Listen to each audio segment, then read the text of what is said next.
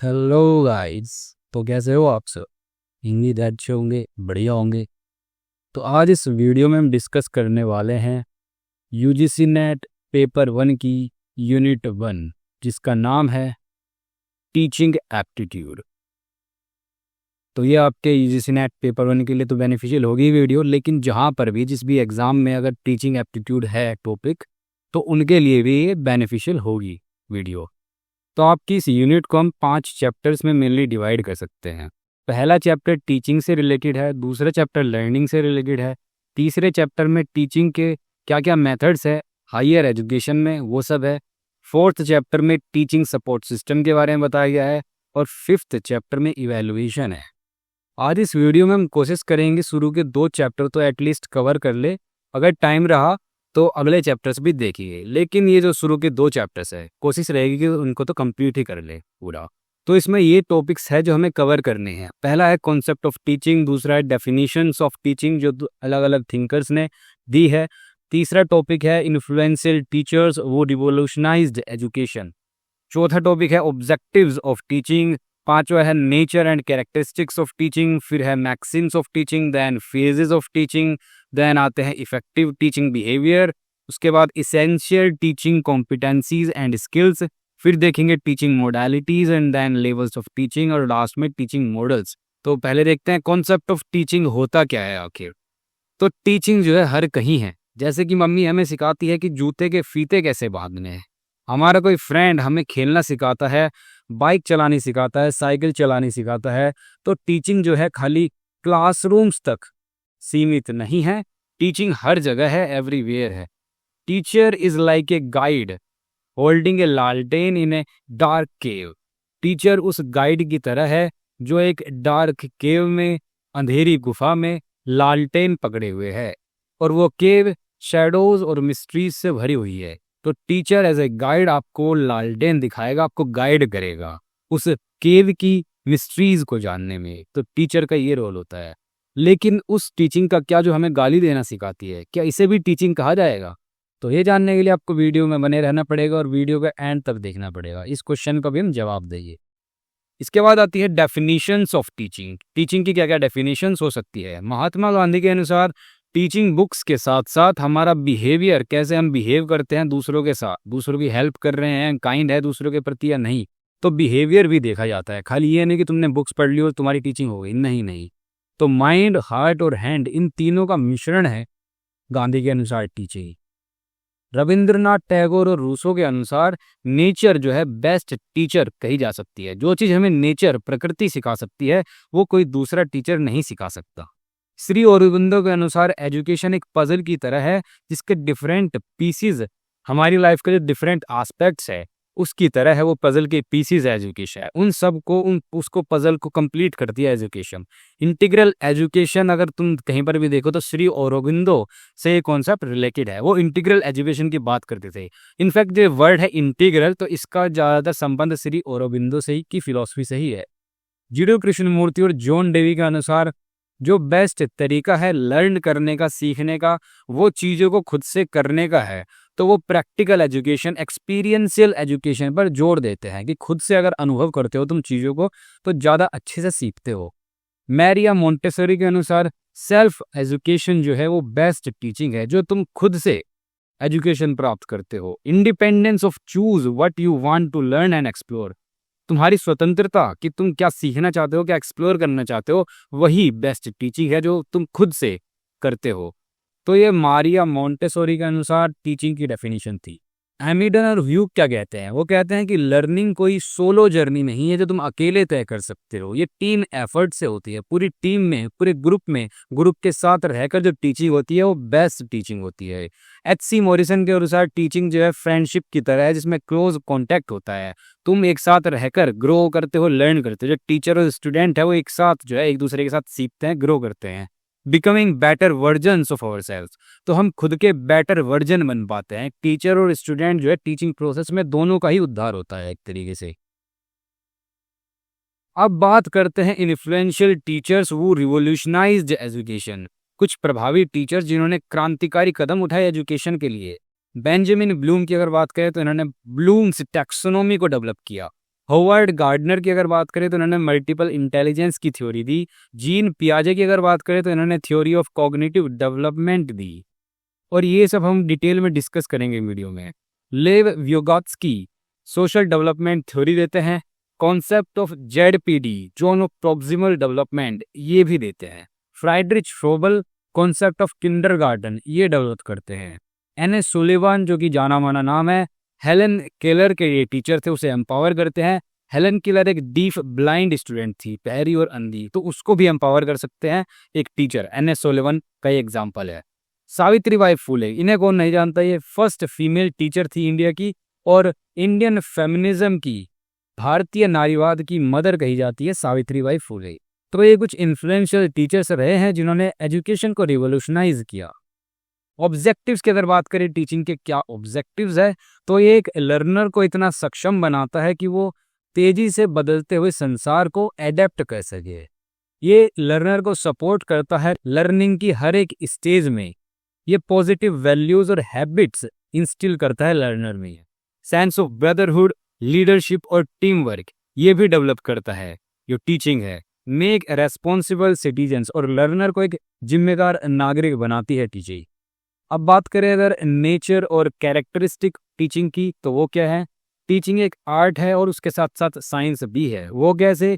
क्योंकि ये आर्ट की तरह क्रिएटिव भी होती है और साइंस की तरह स्ट्रक्चर्ड भी होती है, तो दोनों ही पहलू उसमें होती है।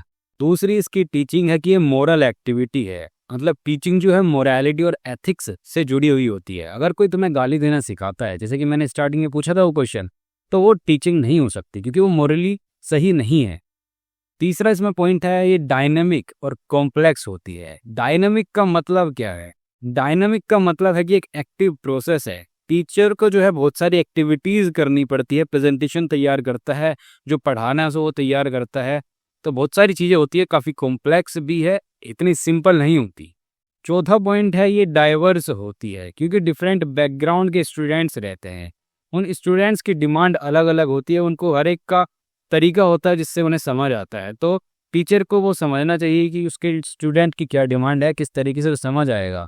तो टीचर को भी इसलिए उस तरीके से अपने आप को मोल्ड करना होता है, ऐसी स्ट्रेटेजी फिर अपनानी होती है। तो ये डाइवर्स होती है टीचिंग इसलिए। अगला पॉइंट है कि ये कॉन्टिन्यूस प्रोसेस है। टीचर को भी अपने आप को अपडेट करना होता है, जैसे टाइम की डिमांड है उस हिसाब से उसे स्ट्रेटेजी बनानी होती है, चीज़ें सीखनी होती है। अगला पॉइंट है फॉर्मल और इनफॉर्मल दोनों हो सकती है। फॉर्मल टीचिंग का एग्जांपल तो आपको पता ही है, स्कूल में ऐसे टीचिंग होती है, कॉलेज में होती है। पर इनफॉर्मल टीचिंग, तुम्हारा दोस्त तुम्हें बाइक चलाना सिखा रहा है, माँ तो अपने बच्चे को जूते के फीते बांधना सिखा रही है, तो इनफॉर्मल टीचिंग आ गया।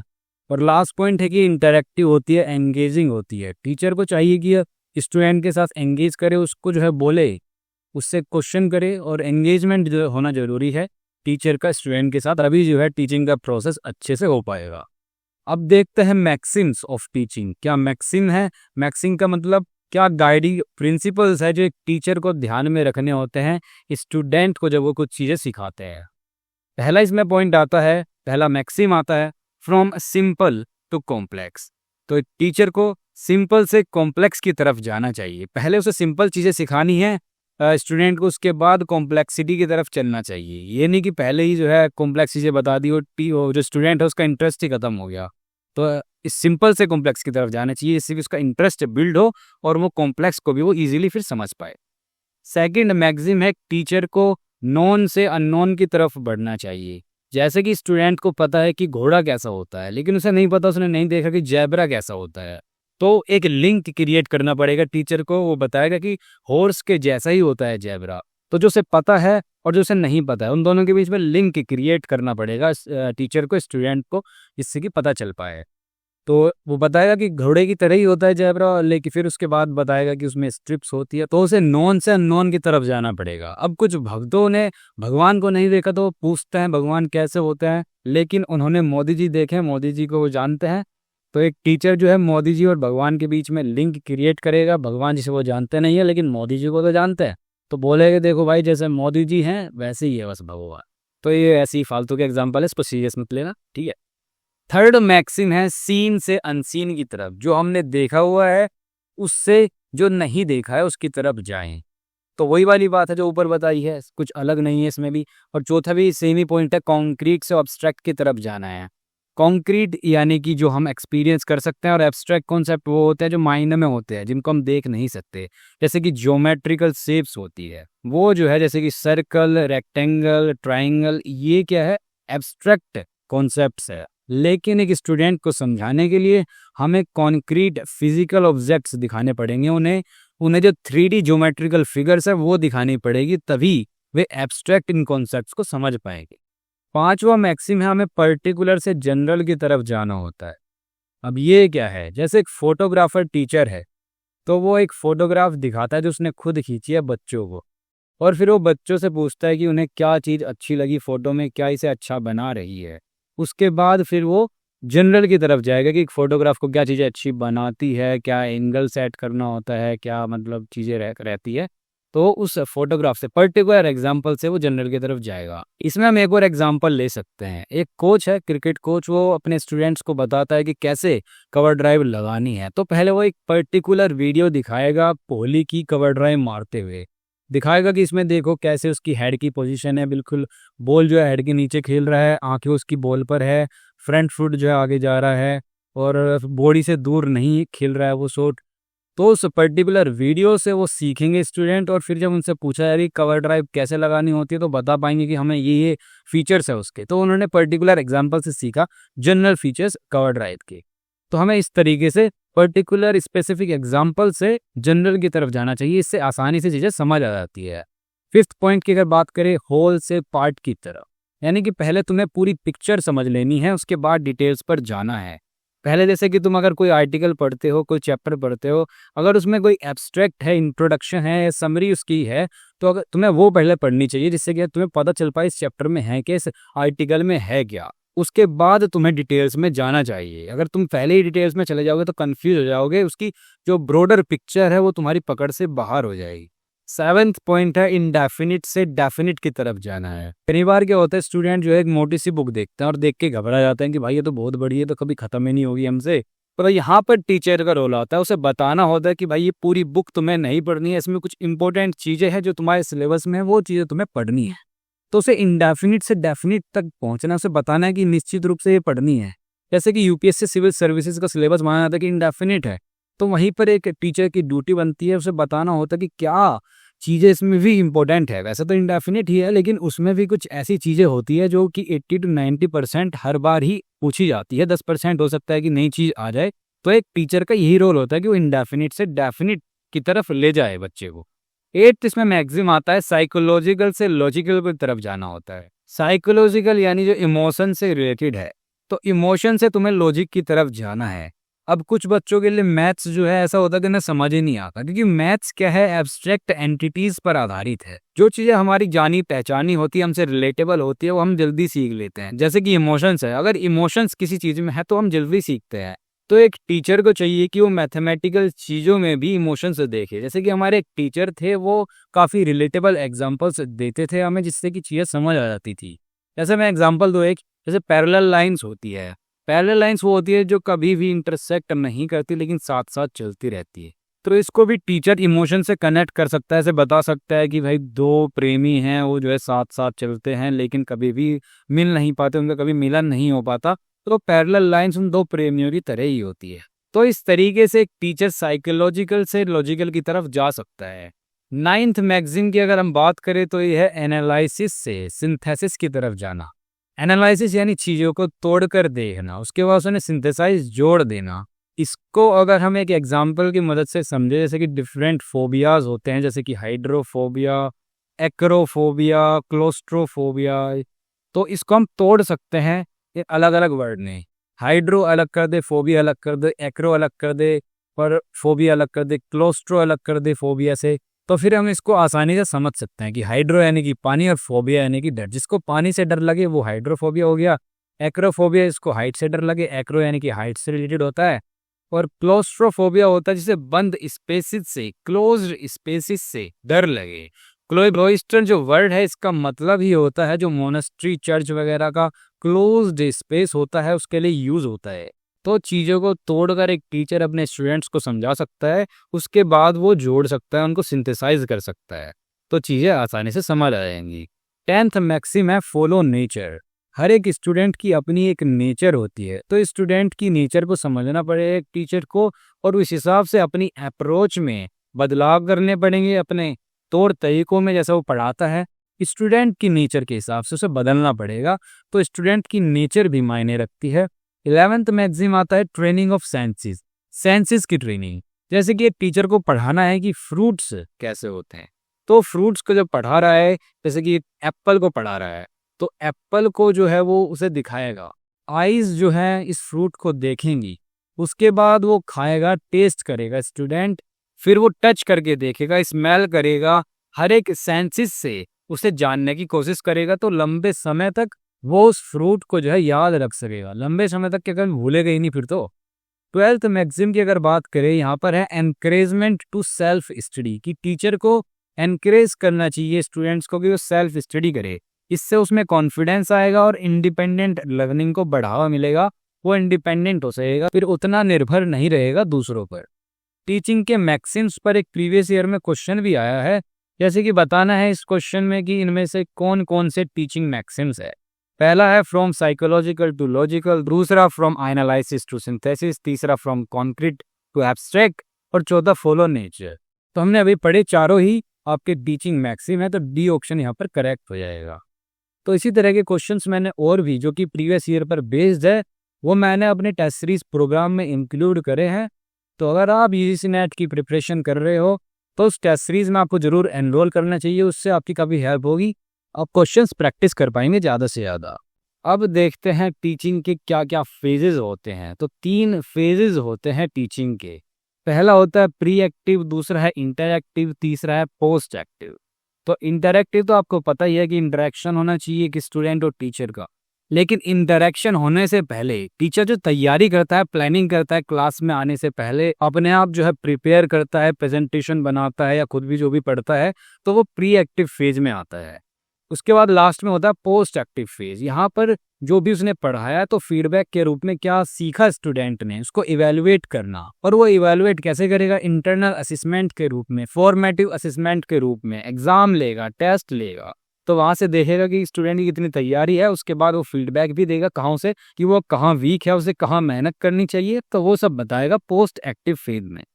इफेक्टिव टीचिंग बिहेवियर की अगर बात करें अब कि कैसा बिहेवियर होना चाहिए एक टीचर का जिससे कि टीचिंग इफेक्टिव हो सके, इसमें 12 पॉइंट्स है टोटल। पहला पॉइंट आता है स्कैफोल्ड इंस्ट्रक्शन, मतलब टीचर को पहले सपोर्ट देना है, उसके बाद जो है धीरे धीरे सपोर्ट कम कर देना है जब स्टूडेंट में कॉन्फिडेंस आने लगे। जैसे हम साइकिल चलाना सीखते हैं, हमारे पेरेंट्स हमें बचपन में सिखाते हैं, जो भी सिखाता है, तो वो क्या करता है, पहले जो है पीछे से पकड़ के रखता है, सपोर्ट देता है, अब बोलता है कि चल मैंने हाथ लगा रखा है तो कोई नहीं, आराम से चला। फिर वो बीच में जो है हाथ छोड़ता भी नहीं है और बोलता है कि मैंने हाथ छोड़ दिया था, तो बच्चे में कॉन्फिडेंस आ जाता है कि हाँ भाई मैंने जो है बिना किसी के सपोर्ट के चलानी, लेकिन वो पकड़े रखता है पीछे से। फिर बाद में जब वो सपोर्ट छोड़ भी देता है तो वो बच्चा चला लेता है, तो कॉन्फिडेंस डेवलप हो जाता है क्योंकि। तो इसी तरीके से एक टीचर को ग्रेजुअली सपोर्ट रिमूव करना चाहिए। ये जो वर्ड है स्कैफोल्ड, इसका मतलब होता है जो फांसी पे चढ़ाने का तख्ता होता है ना, जहाँ पर वो खड़ा रहता है फांसी पर लटकने से पहले जो कैदी होता है, उसको स्कैफोल्ड बोलते हैं।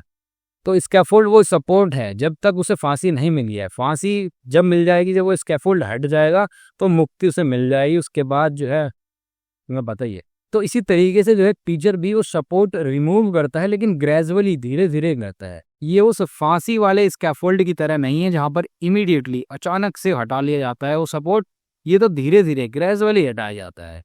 इसमें सेकंड पॉइंट आता है प्रोबिंग। प्रोबिंग का मतलब जो तुम क्वेश्चंस पूछते हो स्टूडेंट से, इससे कि वो सोच सके, वो जो फीडबैक देते हो तुम एक बच्चे को, उसे सोचने पर मजबूर करते हो, जांचे परखे अपने आप को, तो उसे प्रोबिंग बोलते हैं। तीसरा पॉइंट आता है इंस्ट्रक्शनल वैरायटी। अब जो टीचर इंस्ट्रक्शन दे रहा है, कुछ भी पढ़ा रहा है बच्चे को, अब क्योंकि बच्चे भी डाइवर्स होते हैं, उनकी नेचर अलग अलग होती है, सब तो एक इसी तरीके से सीखता है, तो तुम्हें उस वैरायटी को समझना चाहिए और इंस्ट्रक्शन उसी तरीके से देने चाहिए। फोर्थ पॉइंट आता है टीचर टास्क ओरिएंटेशन। यहाँ पर क्या है, एक टीचर को अपना इंस्ट्रक्शनल टाइम मैक्सिमाइज करने के लिए, बढ़ाने के लिए, उसे जो है अपना जो भी प्रेजेंटेशन, जो भी वो लेक्चर देगा उसके लिए प्रिपेयर रहना चाहिए, टाइम मैनेजमेंट करना चाहिए और पूरी तैयारी के साथ आना चाहिए, जिससे कि इंस्ट्रक्शन टाइम, उसका जो लेक्चर वो दे रहा है उसको मैक्सिमाइज कर सके, एक ऑप्टिमाइज्ड तरीके से वर्क कर सके। तो ये होता है teacher task orientation. Fifth point इसमें आता है engagement in the learning process. जो लर्निंग प्रोसेस है उसमें इंगेजमेंट होना चाहिए, स्टूडेंट जो है इंटरेक्ट करना चाहिए टीचर से। ये नहीं कि टीचर जो है पढ़ के चला गया, बता के चला गया और जो है स्टूडेंट जो है ऐसे बैठे हैं, फ़ोन चला रहे हैं, कुछ इंगेजमेंट ही नहीं है। स्टूडेंट सोच रहे हैं कि भाई कब क्लास ख़त्म हो, कब जाएं हम। तो ये नहीं होना चाहिए, इफेक्टिव टीचिंग में ये नहीं आएगा, ऐसे इफेक्टिव टीचिंग नहीं होती। सिक्स पॉइंट में आएगा आपका स्टूडेंट सक्सेस रेट। अगर स्टूडेंट जो है सक्सेसफुल हो पा रहे हैं, अच्छे नंबरों से पास हो रहे हैं, अचीव कर पा रहे हैं अपने गोल्स, तो वहाँ पर टीचर की वाहवाही होती है, तारीफ होती है। सेवंथ पॉइंट की अगर बात करें, इसमें है प्रायोरिटाइज अंडरस्टैंडिंग ओवर एक्सपोजर। यहाँ पर ये नहीं कि तुमने सिलेबस कंप्लीट करा दिया, जो जो सिलेबस में था वो जो है बोल दिया जाएगी क्लास में। मेन चीज़ है कि वो समझ आनी चाहिए बच्चे को। अगर बच्चा समझ पा रहा है जो तुम पढ़ा रहे हो तो बहुत बढ़िया बात है, वो मेन प्रायोरिटी होनी चाहिए। क्वांटिटी के ऊपर क्वालिटी पे ध्यान होना चाहिए। यानी कि तुमने बस सिलेबस कवर करा दिया, बहुत सारी चीज़ें बता दी उसे, लेकिन उसे समझ ही नहीं आई। तुम एज ए टीचर 10 चीज़ें बताने की जगह उसे 3 चीज़ें बताओ, लेकिन वो 3 चीज़ें उसे समझ आनी चाहिए। तो ये है कि अंडरस्टैंडिंग को प्रायोरिटाइज करो एक्सपोजर के ऊपर।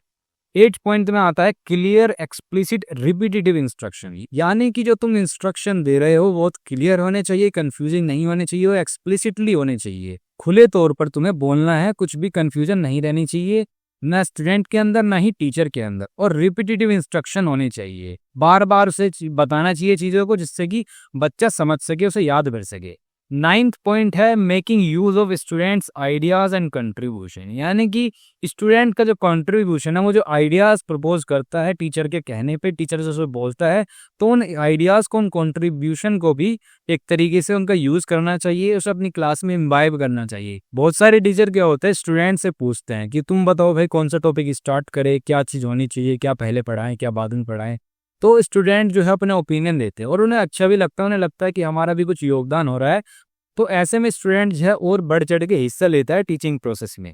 10वां पॉइंट है स्ट्रक्चरल। मतलब कि एक टीचर को ऑर्गेनाइज्ड तरीके से एक रोड मैप तैयार करना चाहिए, क्या वो पढ़ाने वाला है, किस तरीके से सिचुएशन को डील करेगा जब क्लास में पढ़ाएगा। तो एक स्ट्रक्चर्ड वे में उसे पढ़ाना चाहिए, ये स्ट्रक्चरिंग में आएगा। 11वां पॉइंट है क्वेश्चनिंग। अब क्वेश्चनिंग कैसी हो, कैसे क्वेश्चंस पूछे वो स्टूडेंट से, थॉटफुल और वैलिड क्वेश्चन हो जो कि क्रिटिकल थिंकिंग स्टिमुलेट कर सके स्टूडेंट के अंदर। 12th पॉइंट है टीचिंग इफेक्ट्स। और ये दर्शाता है कि टीचर का कितना एंथुजियाज्म है सब्जेक्ट मैटर को लेकर, और स्टूडेंट के प्रति एम्पैथी है कि नहीं, स्टूडेंट जो है तैयार है समझने के लिए, नहीं, स्टूडेंट किस माइंडसेट में है, क्या वो प्रिपेयर भी है अभी समझने के लिए टीचर के जो लेक्चर वो देगा। तो इस चीज़ को भी एक टीचर को समझना चाहिए, उसे एम्पैथी होनी चाहिए स्टूडेंट्स के लिए। नेक्स्ट इसमें आता है essential teaching competencies and skill. Teacher की क्या क्या टीचिंग कॉम्पिटेंसीज होती है और क्या स्किल होती है। तो पहला आएगा इसमें पर्सनालिटी और एटीट्यूड रिलेटेड कॉम्पिटेंसीज। तो एटीट्यूड और पर्सनालिटी से रिलेटेड है ये। लोकस ऑफ कंट्रोल, यानी कि टीचर किस हद तक अपने आप में बिलीव करता है कि जो भी वो एक्शन ले रहा है उसका कंट्रोल उसके हाथ में है। वो जो है टीचिंग प्रोसेस में एक्टिव एजेंट है, जो भी स्टूडेंट आगे चलकर करेगा उसके पीछे जो है टीचर का ही हाथ है। इसमें दूसरा पॉइंट आता है सेल्फ एफिकेसी, यानी कि एक टीचर का अपनी स्किल्स और एबिलिटीज को लेकर खुद में कितना कॉन्फिडेंस है कि वो इफेक्टिवली पढ़ा सकता है और क्लासरूम को मैनेज कर सकता है। तो ये पॉइंट तो पूछा भी गया है सेल्फ एफिकेसी, एग्जाम में इस पर क्वेश्चन आया हुआ है, तो ये आपको ध्यान रखना चाहिए सेल्फ एफिकेसी क्या होता है। इसके बाद देखते हैं इसेंशियल टीचिंग स्किल्स क्या है। तो कुछ स्किल्स होती है जो भी जरूरी होती है टीचर के लिए। पहले आती है मेटाकोर स्किल, जैसे कि clear communication, diverse teaching techniques, ability to engage students effectively. Communication clearly हो, टीचिंग टेक्निक्स हो डाइवर्स, जैसे स्टूडेंट्स की डाइवर्स नीड्स होती है, अलग अलग तरह के बच्चे होते हैं, उनकी अलग अलग डिमांड होती है, तो उस हिसाब से टीचिंग टेक्निक्स हो और हर एक स्टूडेंट्स के साथ एंगेज कर सके इफेक्टिवली। तो ये जो है मेटाकोर स्किल्स में आएगी। दूसरी आती है पॉलीक्रैश स्किल, इनको स्पेशलाइज्ड स्किल्स भी बोलते हैं। तो इसके भी 2 पार्ट हैं। स्पेशलाइज्ड टीचिंग टेक्निक्स, जैसे कि एक साइंस टीचर जो है लैब में जाता है, लैब की से अगर जानकारी है, वो लैब इक्विपमेंट्स को यूज करना जानता है, उसे पता है कि एक्सपेरिमेंट कैसे कराया जाता है, तो ये हो गई स्पेशलाइज्ड टीचिंग टेक्निक। दूसरा सब्जेक्ट स्पेसिफिक एक्सपर्टीज, कोई हिस्ट्री का टीचर है तो उसे जानकारी होनी चाहिए उस सब्जेक्ट की, ये नहीं कि उसे पता ही नहीं है, तो इसी को बोलते हैं सब्जेक्ट स्पेसिफिक एक्सपर्टीज। अब बात करते हैं टीचिंग मोडेलिटीज की। तो 4 टीचिंग मोडेलिटीज होती है। पहली मोडेलिटी है ट्रेनिंग, कि टीचर को भी ट्रेनिंग लेनी पड़ती है स्टूडेंट्स को पढ़ाने से पहले, उसे खुद भी सीखना होता है तभी वो स्टूडेंट्स को पढ़ा पाएगा। सेकंड आती है इसमें डेवलपमेंट, क्योंकि टीचिंग एक कंटिन्यूअस लर्निंग प्रोसेस है जिसमें हर थोड़े समय बाद अपडेशन होती रहती है। तो एक टीचर को भी अपने आप को अपडेट करना होता है टाइम के साथ। तीसरी चीज आती है इसमें इंस्ट्रक्शन, मतलब जो टीचिंग इंस्ट्रक्शंस है वो ऑर्गेनाइज्ड और प्लान्ड आउट मैनर में होने चाहिए।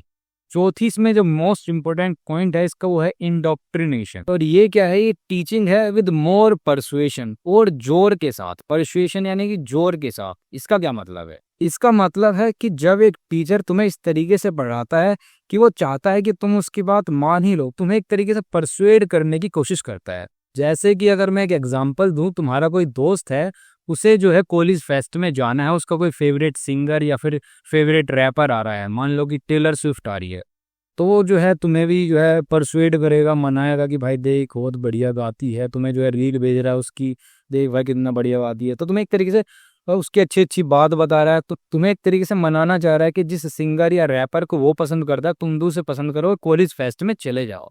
तो ये होता है इंडोक्ट्रिनेशन। और इसका एक्सट्रीम लेवल हमें बाबाज जो टीचिंग देते हैं अपने भक्तों को, वो इस तरीके से उन्हें बताते हैं कि भाई तुम्हें मानना ही पड़ेगा, कोई दूसरा रास्ता नहीं है। वो एक तरीके से उनके दिमाग में घुसाते हैं वो टीचिंग। तो ये एक्सट्रीम लेवल पे होती है जो कि बाबा वगैरह करते हैं, इंडोक्ट्रिनेशन। और इसमें जो मेन पॉइंट है वो ये है कि टीचिंग बिना इंडोक्ट्रिनेशन के दी जा सकती है, लेकिन इंडोक्ट्रिनेशन जो है टीचिंग के बिना नहीं होता। इंडोक्ट्रिनेशन में भी टीचिंग पहले आती है, बस उसमें क्या होता है कि परसुएशन ऐड हो जाता है। अब बात करें अगर टीचिंग के लेवल्स की, तो 4 लेवल होते हैं टीचिंग में। पहला होता है ऑटोनोमस डेवलपमेंट लेवल, इसको एडीएल भी बोलते हैं। दूसरा है मेमोरी लेवल ऑफ टीचिंग, इसको एमएलटी बोल सकते हैं। तीसरा है अंडरस्टैंडिंग लेवल ऑफ टीचिंग, इसको यूएलटी बोल सकते हैं। चौथा है रिफ्लेक्टिव लेवल ऑफ टीचिंग, इसको आरएलटी बोल सकते हैं। तो पहले बात करते हैं ऑटोनोमस डेवलपमेंट लेवल की। ये प्रपोज किया था मॉरिस एल बिगी ने। और इसमें क्या होता है, इसमें लर्निंग नेचुरली होती है। ऑटोनोमस का मतलब ही है नेचुरली जो होता है, ऑटोनोमी, स्वायत्तता। और ये लेवल स्टूडेंट सेंटर्ड होता है। यहाँ पर टीचर्स खाली सपोर्टिव रोल प्ले करते हैं, उनकी कोई लीडरशिप नहीं होती, कोई डायरेक्शन वो प्रोवाइड नहीं करते, कोई जोर जबरदस्ती वो चीज़ें नहीं करते, प्रेस्क्रिप्शन भी नहीं देते जबरदस्ती। तो इससे क्या एक सेंस ऑफ फ्रीडम आती है स्टूडेंट्स में। यहाँ पर किसी फॉर्मल टीचिंग की जरूरत नहीं होती है। तो ये फॉर्मल टीचिंग में नहीं आएगा, ये नॉन फॉर्मल टीचिंग में आएगा। जो फॉर्मल टीचिंग में आएंगे वो 3 नेक्स्ट लेवल आएंगे। तो पहला जो लेवल है जो फॉर्मल टीचिंग में आएगा वो है मेमोरी लेवल ऑफ टीचिंग, जो कि जोहान फ्राइडरिच हर्बर्ट ने दिया था। फर्स्ट स्टेप है ये फॉर्मल एजुकेशन में, यही इनिशियल स्टेज होती है। यहीं पर रोट लर्निंग होती है, रट्टाफिकेशन होता है। बच्चे जो पहाड़े पढ़ते हैं, टेबल याद करते हैं, जो रटते रहते हैं, वो इस स्टेज में होता है, मेमोरी लेवल ऑफ टीचिंग में। नो कॉम्प्रिहेंशन ऑफ मेमोरी, कोई कॉम्प्रिहेंशन नहीं होता है यहाँ पर मेमोरी का, चीज़ों को समझा नहीं रटा जाता है। जैसे कि 3 इडियट्स का चतुर है, उसकी जो स्पीच वो देता है उसमें थोड़ा सा फेरबदल कर देता है आमिर खान, तो वो अपना खुद का दिमाग भी नहीं लगाता, जैसा लिखा हुआ होता है, जब वो रट के आया होता है वही बोल देता है। और जिससे क्या होता है, मीनिंग बिल्कुल चेंज हो जाता है स्पीच का, और माहौल काफ़ी हिलेरियस हो जाता है। तो हम कह सकते हैं कि ये थॉटलेस टीचिंग है, मेमोरी लेवल ऑफ टीचिंग, जो कि चतुर करता था 3 इडियट्स का। और इस टीचिंग लेवल के 3 मेजर एस्पेक्ट्स है। पहला है मटेरियल को लर्न किया जाता है, बच्चे पहले टेबल्स लर्न करते हैं, फिर रिटेंशन होता है उस मटेरियल का, टेबल्स को रिटेन करते हैं, उसके बाद वो रिप्रोडक्शन करते हैं उस मटेरियल का, यानी कि उस नॉलेज को दोबारा रिप्रोड्यूस करते हैं, जब जरूरत होती है उसे याद करते हैं। इन बच्चों से जब कोई पूछता है कि भाई इसका टेबल सुना, तो ऐसे करते हैं। तो हम कह सकते हैं इस लेवल में फैक्चुअल नॉलेज इम्पार्ट की जाती है बच्चों में। सब्जेक्ट मैटर एक्सट्रीमली सिंपल और स्ट्रक्चर्ड होता है, जिससे कि वो आसानी से उसे रट सके। टीचिंग मेथड जो है रिपीटिशन और प्रैक्टिस पर आधारित होता है, बार बार रटते हैं चीज़ों को, बार बार उसे प्रैक्टिस करते हैं, जिससे कि वो पूरा जो है उनके कंठस्थ हो जाए, मुंह जुबानी याद हो जाए। और यहाँ पर जो फोकस होता है वो व्हाट और व्हेन पर होता है, ना कि व्हाई और हाउ पर, यानी कि चीज़ें क्यों होती है, कैसे होती है। तो हम कह सकते हैं कि यहाँ पर केवल फैक्चुअल नॉलेज फैक्ट्स रटे जाते हैं, और टीचर डोमिनेंट पोजीशन में होता है यहाँ पर। तो ये पूछा जा सकता है कि डोमिनेंट पोजीशन में टीचर किस टीचिंग में होता है, या फिर ऐसे भी पूछा जा सकता है कि जो मेमोरी लेवल ऑफ टीचिंग है वो टीचर सेंटर्ड है या फिर स्टूडेंट सेंटर्ड है, तो आपको याद रखना है टीचर सेंटर्ड है। नेक्स्ट जो लेवल आता है वो है अंडरस्टैंडिंग लेवल ऑफ टीचिंग यानी यूएलटी। ये एच.सी. मॉरिसन ने दी थी और यहाँ पर जो फोकस होता है वो अंडरस्टैंडिंग पर होता है। यहाँ पर नॉलेज अप्लाई होती है, एप्लीकेशन ऑफ नॉलेज यहाँ पर देखने में मिलता है। वाई और हाउ पर फोकस होता है। जो फोकस है वो शिफ्ट हो गया है कहाँ से, व्हाट और व्हेन से वाई और हाउ पर, कि चीज़ें क्यों हो रही है, कैसे हो रही है। तो यहाँ पर चीज़ों को समझने पर फोकस होता है। यहाँ पर higher level of cognitive abilities की ज़रूरत होती है। ये थॉटफुल लेवल ऑफ टीचिंग है, ये पहले वाले की तरह थॉटलेस नहीं है। यहाँ पर जो लर्निंग है वो एग्जाम्पल्स के थ्रू, कंपैरिजंस के थ्रू, केस स्टडीज़ के थ्रू होती है। क्लासरूम जो है इंटरेक्टिव होता है, स्टूडेंट भी जो है बढ़ चढ़कर इंटरेक्शन करते हैं टीचर के साथ चीज़ों को समझने में। टीचर जो है फैसिलिटेटर का रोल प्ले करता है, वो फैसिलिटेट करता है इससे कि स्टूडेंट अंडरस्टैंड कर पाए, चीज़ों को समझ पाए खुद से। अब जो नेक्स्ट लेवल आता है ये आता है रिफ्लेक्टिव लेवल ऑफ टीचिंग यानी आरएलटी। और यहाँ पर हंट किया जाता है, शिकार किया जाता है। नहीं, ये शिकार वाला हंट नहीं है। इस हंट का मतलब है जिस आदमी ने, ये एक आदमी का नाम है, इस आदमी ने इस रिफ्लेक्टिव लेवल ऑफ टीचिंग को प्रपोज किया था। लर्नर्स यहाँ पर यूज करते हैं खुद की नॉलेज और स्किल रियल लाइफ प्रॉब्लम्स को सोल्व करने में। यहाँ पर जो क्रिटिकल थिंकिंग है, क्रिटिकल एनालिसिस है और नॉलेज की एप्लीकेशन, ये मेन चीज़ें होती है यहाँ पर। और इस लेवल में हायर ऑर्डर कॉग्निटिव डेवलपमेंट होता है स्टूडेंट का। स्टूडेंट डेवलप कर पाता है इंडिपेंडेंट थिंकिंग और डिसीजन मेकिंग। इसीलिए ये वाला जो लेवल है ये स्टूडेंट ओरिएंटेड है। टीचर यहाँ पर एक गाइड का काम करता है, बस वो डेमोक्रेटिक होता है, वो स्वतंत्र होता है, उसकी कोई ज़्यादा ड्यूटी नहीं होती है स्टूडेंट के प्रति। जैसे कि एक पीएचडी सुपरवाइजर होता है, वो इसी तरीके से काम करता है। वहाँ पर रिफ्लेक्टिव लेवल ऑफ टीचिंग पर पहुँच चुका होता है स्टूडेंट, तो टीचर एक गाइड का काम करता है वहाँ।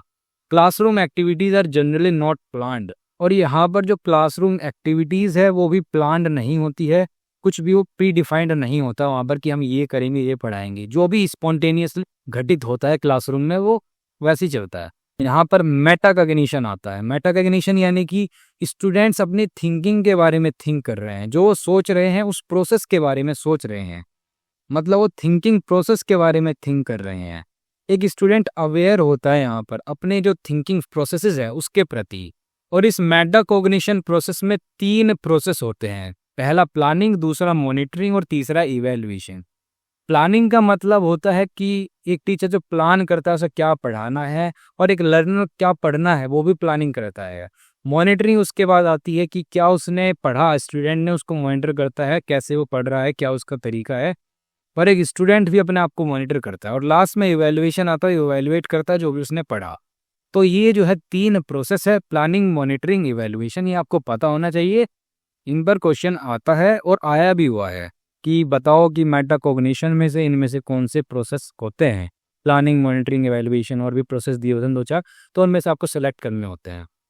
टीचिंग मॉडल्स की अगर बात करें तो 3 टीचिंग मॉडल होते हैं, पेडागोजी, एंड्रागोजी और हियटोगोजी। तो पहले बात करते हैं पेडागोजी की। पेडागोजी टीचर लेड अप्रोच है। यहाँ पर टीचर्स बताता है, बच्चे को सिखाता है। यहाँ पर जो लर्नर्स होते हैं वो यंग होते हैं, काफ़ी छोटी उम्र के होते हैं। और ये जो वर्ड है पेडागोजी, इसका मतलब ही है गाइडिंग ए चाइल्ड, चाइल्ड को गाइड करना। तो टीचर का यहाँ पर एक एक्टिव रोल होता है, वो गाइड करता है, बच्चे को सिखाता है। दूसरा टीचिंग मॉडल है एंड्रोगोजी, ये लर्नर लेड अप्रोच है। तो इसलिए यहाँ पर लर्नर्स एक्टिव रोल प्ले करते हैं। और इसको जो प्रपोज किया था एंड्रोगोजी को, वो यूजन रोजेनस्टोक ह्यूजेन ने किया था। और पेडागोजी को किसने प्रपोज किया था, वो था फ्रेडरिक हेर्बर्ट, उन्होंने पेडागोजी दी थी। तीसरी आती है हियटोगोजी, यहाँ पर सेल्फ डायरेक्टेड अप्रोच होती है, ये आपकी हेस और कैनियन ने दी थी। यहाँ पर सेल्फ मोटिवेटेड लर्नर्स जो होते हैं पर ये टीचिंग मॉडल आधारित है, हियटोगोजी। यहाँ पर जो स्टूडेंट्स हैं वो खुद ही चार्ज लेते हैं, क्या उन्हें लर्न करना है, क्या उन्हें सीखना है, कैसे सीखना है। लर्नर्स खुद उस लर्निंग को डायरेक्ट ही नहीं करते बल्कि शेप करते हैं उस लर्निंग एनवायरनमेंट को, और आउटकम्स जो उसके होंगे उसको भी वही शेप करते हैं। जैसे कि कोई कुकिंग सीखता है यूट्यूब से, तो वो खुद सीख रहा है, सेल्फ डायरेक्टेड अप्रोच है, वो उसमें खुद फेरबदल कर सकता है, किस इन्वायरमेंट में उसको सीखनी है, क्या आउटकम रहेंगे, वो सब जो है लर्नर खुद तय करता है। यहाँ पर क्रिटिकल थिंकिंग, क्रिएटिविटी, और प्रॉब्लम सॉल्विंग स्किल्स पर फोकस होता है। और इसे हम कह सकते हैं कि डबल लूप लर्निंग है। डबल लूप यानी कि ये केवल लर्निंग ही नहीं बल्कि कैसे हम लर्न करते हैं उसके बारे में लर्निंग है। तो ये थी आपकी तीसरी अप्रोच ह्यूटागोजी। अब बात करते हैं लर्निंग। ये जो चैप्टर है लर्निंग के ऊपर, इसमें हम क्या टॉपिक्स पढ़ेंगे। कॉन्सेप्ट ऑफ लर्निंग पहले देखेंगे, फिर देखेंगे लर्निंग की कैरेक्टरिस्टिक्स क्या है, फिर लर्नर्स के टाइप देखेंगे कितने टाइप्स के लर्नर होते हैं, फिर बात करेंगे लर्निंग डिसऑर्डर्स की जो फेस करते हैं लर्नर्स, उसके बाद लर्नर्स की कुछ कैरेक्टरिस्टिक्स होती हैं, विशेषताएं होते हैं, हम वो देखेंगे। उसके बाद जो मेन टॉपिक है यहाँ पर लर्निंग थ्योरी, और यहाँ पर 10 से 12 लर्निंग थ्योरीज है। कुछ मेन थ्योरीज मैंने यहाँ पर मेंशन कर दी है, Bloom's taxonomy, Gagne's 9 levels of learning, Kolb's learning cycle, और भी इसमें बहुत सारी थ्योरी है, वो सब हम इसमें देखेंगे। और लास्ट में बात करेंगे ह्यूमन मेमोरी और उसके टाइप्स की, और ये ऐसे ही चैप्टर खत्म हो जाएगा लर्निंग वाला। अब बात कर लेते हैं पहले कॉन्सेप्ट ऑफ लर्निंग की। लर्निंग का कॉन्सेप्ट है क्या। तो लर्निंग भी जैसे कि टीचिंग की तरह ये कन्फाइंड नहीं है, सीमित नहीं है क्लासरूम तक। ये भी जो है कहीं भी हो सकती है। हम बहुत लोगों से सीखते हैं। जब हम कोई गेम खेलते हैं और उस गेम में कोई लेवल पार करने में कठिनाई आती है तो हमारा दोस्त हमें सिखा सकता है। हम उस दोस्त से सीखते हैं कि इस लेवल को कैसे पार करे। एक बच्चा जो है शूलेस बांधना सीखता है अपनी माँ से या पापा से, तो ये भी एक लर्निंग है। तो लर्निंग भी कहीं भी हो सकती है। ये केवल फैक्ट्स को मेमोराइज करना नहीं है, ये है थिंकिंग के बारे में, प्रॉब्लम्स को सोल्व करने के बारे में और चीज़ों को बेहतर तरीके से समझने के बारे में। तो ये है लर्निंग। अब लर्निंग की क्या विशेषताएं हैं वो देख लेते हैं। पहली कैरेक्टरिस्टिक है लर्निंग इज यूनिटरी। लर्निंग एक यूनिट की तरह है, एक होलिस्टिक प्रोसेस है। होलिस्टिक का मतलब है सर्वांगीण, यानी कि इसमें सारे आयाम आ जाते हैं। तो इसमें जैसे कि एग्जाम्पल दिए गए हैं डांस। जब हम डांस सीखते हैं तो ये खाली इंटेलेक्चुअल लेवल पे नहीं होता, हमने कुछ सीख दिया नहीं, यहाँ पर हमारी बॉडी भी मूव करती है, हमारे इमोशंस भी कनेक्ट होते हैं उसके साथ। तो हम कह सकते हैं कि डांस जो है एक तरीके से माइंड, बॉडी और स्पिरिट तीनों का कनेक्शन है। यहाँ पर स्पिरिट का मतलब इमोशन से है। तो ये पहली कैरेक्टरिस्टिक हो गई, लर्निंग इज यूनिटरी। दूसरी कैरेक्टरिस्टिक है ये प्लान्ड भी हो सकती है और अनप्लान्ड भी हो सकती है। कई बार क्या है कि स्टूडेंट जो अपने टीचर के पास जाता है किसी प्रॉब्लम को लेके और सीखता है कि कैसे वो सोल्व हो सकती है, लेकिन लर्निंग क्या है अनप्लान्ड भी हो सकती है, अनइंटेंशनल भी हो सकती है। जैसे कि कभी कभी हम ऐसे ही कैजुअली अपने फ्रेंड से बात कर रहे होते हैं लेकिन उससे भी हम काफ़ी कुछ सीख लेते हैं, लर्निंग हमारी हो जाती है। तीसरी कैरेक्टरिस्टिक आती है active as well as passive, कि ये एक्टिव भी है और पैसिव भी है। एक्टिव कैसे है, जैसे कि स्टूडेंट क्लासरूम में होता है तो क्लासरूम में वो क्वेश्चन पूछता है या फिर डिबेट में है किसी स्टूडेंट, तो वहाँ पर वो एंगेज होता है स्टूडेंट, तो ये एक्टिव लर्निंग है। पैसिव लर्निंग कैसे होगी, कोई प्रोग्राम देख रहे हो आप टीवी में, जैसे कि डिस्कवरी पे कोई डॉक्यूमेंट्री देख रहे हो, तो वो टीवी पे देखते देखते भी तुम सीख रहे हो, ये पैसिव लर्निंग है। फोर्थ कैरेक्टरिस्टिक आएगी यहाँ पर सेल्फ एक्टिव, क्रिएटिव और ट्रांसफरेबल। मतलब जो एक लर्नर होता है वो एक्टिवली पार्टिसिपेट करता है इस लर्निंग प्रोसेस में, और वो क्रिएटिव भी होता है। जैसे कि स्टूडेंट ड्राइंग बनाता है और वो कुछ हटके बनाता है हर बार जब भी बनाता है। तीसरे ट्रांसफरेबल होता है। ट्रांसफरेबल यानी कि आपने कोई स्किल सीखी, जैसे कि आपने वीडियो एडिटिंग सीखी, और वो जो वीडियो एडिटिंग आपने सीखी है वो इंस्टाग्राम पर रील्स अपलोड करने के लिए सीखी है, लेकिन आपका मन कर गया फिर कि आपको अब यूट्यूब पे भी वीडियोस अपलोड करनी है या फिर यूट्यूब शॉर्ट्स बनाने हैं, तो उसके लिए आप अलग स्किल थोड़ी सीखोगे। आपने जो सीखा हुआ है वीडियो एडिटिंग, आपने जो स्किल सीखी थी वो यहाँ पर भी लागू हो जाएगी। यूट्यूब शॉर्ट्स भी आप उससे बना पाओगे, आप व्हाट्सएप पर भी स्टेटस लगा सकते हो वीडियो एडिटिंग कर कर।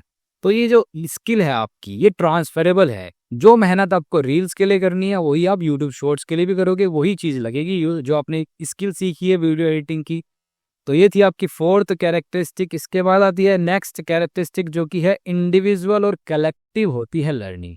इंडिविजुअल भी हो सकती है और कलेक्टिव भी हो सकती है, यानी कि अकेला भी सीख सकता है लर्नर, और कलेक्टिव यानी कि ग्रुप में रहकर भी सीख सकता है। इसके बाद आता है कि ये प्रोसेस भी है और आउटकम भी है, यानी कि ये जर्नी भी है और डेस्टिनेशन भी है। और इसको हम एक एग्जाम्पल की मदद से समझ सकते हैं। मान लो कि तुमने 4 साल पहले रोटी बनाना सीखा था, तो जो रोटी बनाई तुमने, जो लर्निंग की, वो आउटकम है। लेकिन रोटी बनाने का जो प्रोसेस है वो अब भी जारी है। तुम्हारे अंदर अब भी लगन है दूसरे तरह की रोटियां बनाने की, जैसे कि मार्केट में तंदूरी रोटी आती है, रुमाली रोटी आती है, तो तुम वो अब भी सीखना चाहते हो, यूट्यूब से देखकर सीखते हो। तो एक कंटिन्यूइंग प्रोसेस है। तुमने रोटी बनानी सीख ली, वो आउटकम भी हो सकता है, और रोटी बनाना भी सीख रहे हो, तुम्हारा वो कंटिन्यूइंग प्रोसेस है। अलग अलग तरह की रोटियां बनाना सीख रहे हो, तो ये आउटकम के साथ साथ एक प्रोसेस भी है, जर्नी भी है, डेस्टिनेशन भी है। नेक्स्ट कैरेक्टरिस्टिक आती है, ये इंक्रीमेंटल भी हो सकती है, यानी कि ग्रेजुअली ऐड होती रहती है। जैसे कि हमने ऊपर एग्जांपल में अभी देखा, जैसे कि रोटी बनानी सीख ली थी, लेकिन ग्रेजुअली हम उसमें और भी स्किल्स ऐड कर रहे थे। हम तंदूरी रोटी बनाना सीख रहे थे, रुमाली रोटी बनाना सीख रहे थे। वैसे मैं अपनी बात करूँ, मुझे नहीं आती भाई रोटी बनानी कोई भी तरह की, पर मैंने एग्जाम्पल तो ऐसा ऐड करा है कुकिंग वाला, कोई नहीं। नेक्स्ट कैरेक्टरिस्टिक देखते हैं, कैन बी ट्रिगर्ड। ये ट्रिगर्ड भी हो सकती है। ट्रिगर्ड यानी कि एक्सपीरियंसेस से, सक्सेसेस और फेलियर से ये ट्रिगर हो सकती है। जैसे कि किसी नौजवान ने एक हार्ट ब्रेक फेस किया, तो दिल टूट गया है किसी का प्यार में, अब वो कह रहा है कि ठुकरा के मेरा प्यार इंतकाम देखेगी, और जिम ज्वाइन कर लेता है, बॉडी बिल्डिंग करता है। तो जो उसने बॉडी बिल्डिंग स्टार्ट की, वो उसने जो एक्सपीरियंस किया ब्रेकअप, उसके कारण की। तो जो उसने सीख ली है बॉडी बिल्डिंग, जो उसने लर्निंग की है, तो लर्निंग तो अच्छी हो गई, लेकिन उसने शुरू क्यों किया? शुरू उसने इसलिए किया था क्योंकि उसका हार्ट ब्रेक हुआ था, काफी गुस्सा था उसके अंदर, फ्रस्ट्रेशन थी, एंजाइटी, स्ट्रेस, पता नहीं क्या क्या था, तो इसलिए उसने स्टार्ट किया था। लेकिन अभी जो है उसने सीख लिया। अब नेक्स्ट कैरेक्टरिस्टिक आती है, लर्निंग आउटकम्स मे और मे नॉट बी डिजायरेबल। जो आउटकम है ये डिजायरेबल भी हो सकता है और डिजायरेबल नहीं भी हो सकता है। जैसे मान लो तुमने स्विमिंग करना सीखा और तुम्हारे किसी दोस्त को स्विमिंग करना आता नहीं है, तो तुम्हारे सारे दोस्त तुमसे सीखना चाहेंगे, तुम्हारी तारीफ करेंगे कि भाई देखो इसको तो स्विमिंग करनी आती है।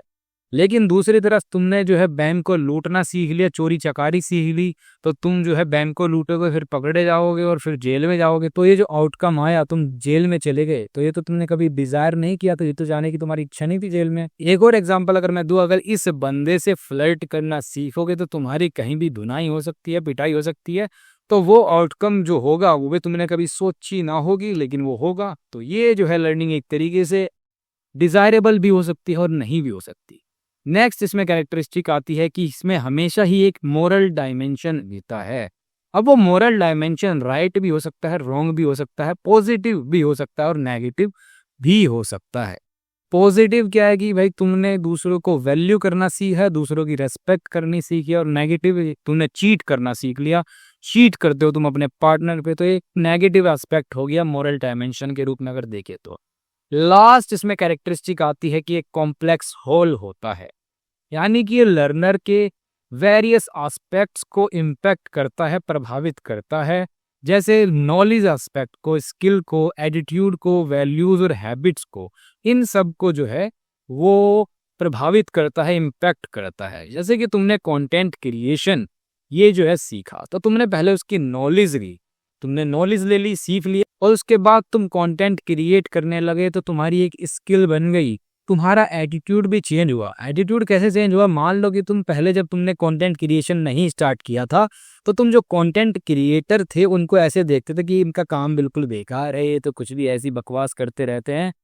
तो तुम्हारा एटीट्यूड अब चेंज हो गया है जब तुमने कंटेंट क्रिएशन सीख लिया है। अब तुम समझ सकते हो लोगों की मेहनत जो कंटेंट क्रिएट करते हैं, और इससे क्या होगा, तुम्हारी वैल्यूज में भी बदलाव आएगा। तुम जो है पहले उनको इज्जत नहीं दे रहे थे, अब उनको दे रहे हो, उनको वैल्यू कर रहे हो। इससे तुम्हारी हैबिट्स भी बदलेगी। मान लो कि जब तुमने कंटेंट क्रिएशन स्टार्ट नहीं किया था, तो टाइम पास के लिए तुम जो है बैडमिंटन खेलते थे या कुछ और गेम खेलते थे या जिम जाते थे, तुम्हें उसमें ही मजा आता था। लेकिन अब तुमने कंटेंट क्रिएशन सीख लिया है, तो तुम्हें उनमें मजा नहीं आता, अब ज्यादा मजा कंटेंट क्रिएट करने में आता है।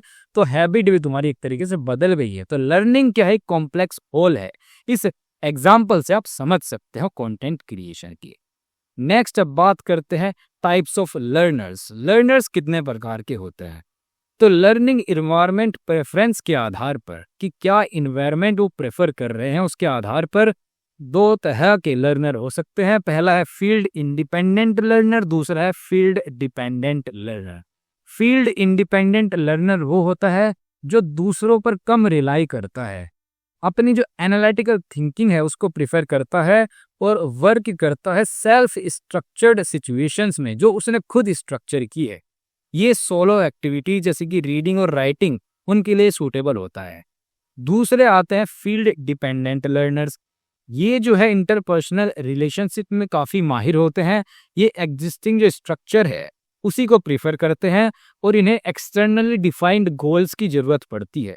ये जो ग्रुप डिस्कशंस है उनमें पार्टिसिपेट करते हैं ऐसी एक्टिविटीज़ में। तो ये हो गए फील्ड डिपेंडेंट लर्नर्स जो फील्ड पर डिपेंड कर रहे हैं। अब बात करें अगर कंसेप्चुअल टेम्पो के आधार पर लर्नर्स कितने प्रकार के होते हैं, तो 2 प्रकार के होते हैं। पहले होते हैं फास्ट कंसेप्चुअल टेम्पो लर्नर्स। इनका स्टाइल इम्पल्सिव होता है, ये रेस्पॉन्ड करते हैं क्विकली, बिना सोचे समझे। जो क्वेश्चन पूछा एकदम से जो पहला आंसर उनके दिमाग में आया, क्लिक किया, तो उसके आधार पर ही आंसर कर देते हैं बहुत जल्दी, इतना सोचते नहीं है। लेकिन जो स्लो कंसेप्चुअल टेम्पो लर्नर्स होते हैं, ये रिफ्लेक्टिव इनका स्टाइल होता है, ये टाइम लेते हैं रेस्पॉन्ड करने में। ये सोचते हैं और जो बेस्ट आंसर उनके दिमाग में सब कुछ एनालाइज करने के बाद आता है उसको ये आंसर करते हैं। तो ये हो गए कंसेप्चुअल टेम्पो के आधार पर आपके 2 प्रकार के लर्नर। अब बात करें क्लासरूम लर्निंग स्टाइल के आधार पर भी आपके 3 लर्नर्स हो सकते हैं। पहले है विजुअल लर्नर, दूसरे है ऑडिटरी लर्नर और तीसरे है मोटर लर्नर्स। विजुअल लर्नर यानी कि जो देखकर सीखते हैं, डायग्राम्स देखकर, वीडियो देखकर या फिर कुछ भी ग्राफ्स, चार्ट्स वगैरह देखकर सीखते हैं, तो ये आपके विजुअल लर्नर होते हैं। दूसरे होते हैं ऑडिटर लर्नर जो कि आवाज की टोन से, रिदम से सीखते हैं। मोटर लर्नर्स की अगर बात करें, जो मोटर लर्नर्स होते हैं ये फिजिकल मूवमेंट ज़्यादा करते हैं। कुछ स्टूडेंट्स आपने देखे होंगे क्लासरूम में लेक्चर लेते वक्त या फिर कुछ भी सीखते वक्त वो बॉडी मूवमेंट करते रहते हैं, जैसे कि हाथ चला रहे हैं, गर्दन हिला रहे हैं। रणवीर इलाहाबादिया को तो आपने देखा ही होगा, तो वो एक मोटर लर्नर है। मुझे कहना चाहिए नेक लर्नर है, गर्दन ही लाता है भाई वो। कैसे होगा आगे? लाइफ क्या है तुम्हारी? कुछ भी नहीं, कोई साथ नहीं है तुम्हारा, कोई गारंटी नहीं है किसी की, कुछ है ही नहीं, खाली मतलब ऐसे ही घूमते फिरते ऐसे ही चले जाओगे। अब इसी के आधार पर नील फ्लेमिंग्स ने अपना वार्क मॉडल दिया था। वार्क का मतलब क्या है? वी मतलब विजुअल, ए मतलब ऑडिटरी, आर मतलब रीडिंग और के मतलब काइनेस्थेटिक। तो इनके अनुसार 4 तरह के लर्नर होते हैं। पहला विजुअल, जैसे कि मैंने बात की, जो देख के सीखते हैं। ऑडिटरी वाले जो सुन के सीखते हैं। रीडिंग और राइटिंग वाले जो है रीड करके या राइट करके सीखते हैं। और काइनेस्थेटिक या फिर मोटर लर्नर वो होते हैं जो अपने फिजिकल बॉडी मूवमेंट से सीखते हैं, जैसे कि एथलीट्स होते हैं। तो ये हो गए आपके 4 तरह के लर्नर नील फ्लेमिंग के वार्क मॉडल के द्वारा। अब बात करें अगर थिंकिंग स्टाइल्स के आधार पर, तो ये 4 तरह के होते हैं थिंकिंग स्टाइल के आधार पर। पहले होते हैं रिफ्लेक्टिव, जो अपने थॉट्स और फीलिंग्स को एग्जामाइन करे, वो होते हैं रिफ्लेक्टिव लर्नर। दूसरे है क्रिएटिव लर्नर, जो एक्सपेरिमेंट करे न्यू इन्फॉर्मेशन जो उन्होंने सीखी, जो आइडियाज सीखे उनके साथ, और अपने खुद के यूनिक सॉल्यूशंस और शॉर्टकट्स डेवलप करे। और इन्हीं लर्नर को बोलते हैं कि ये करते हैं thinking out of the box, outside the box.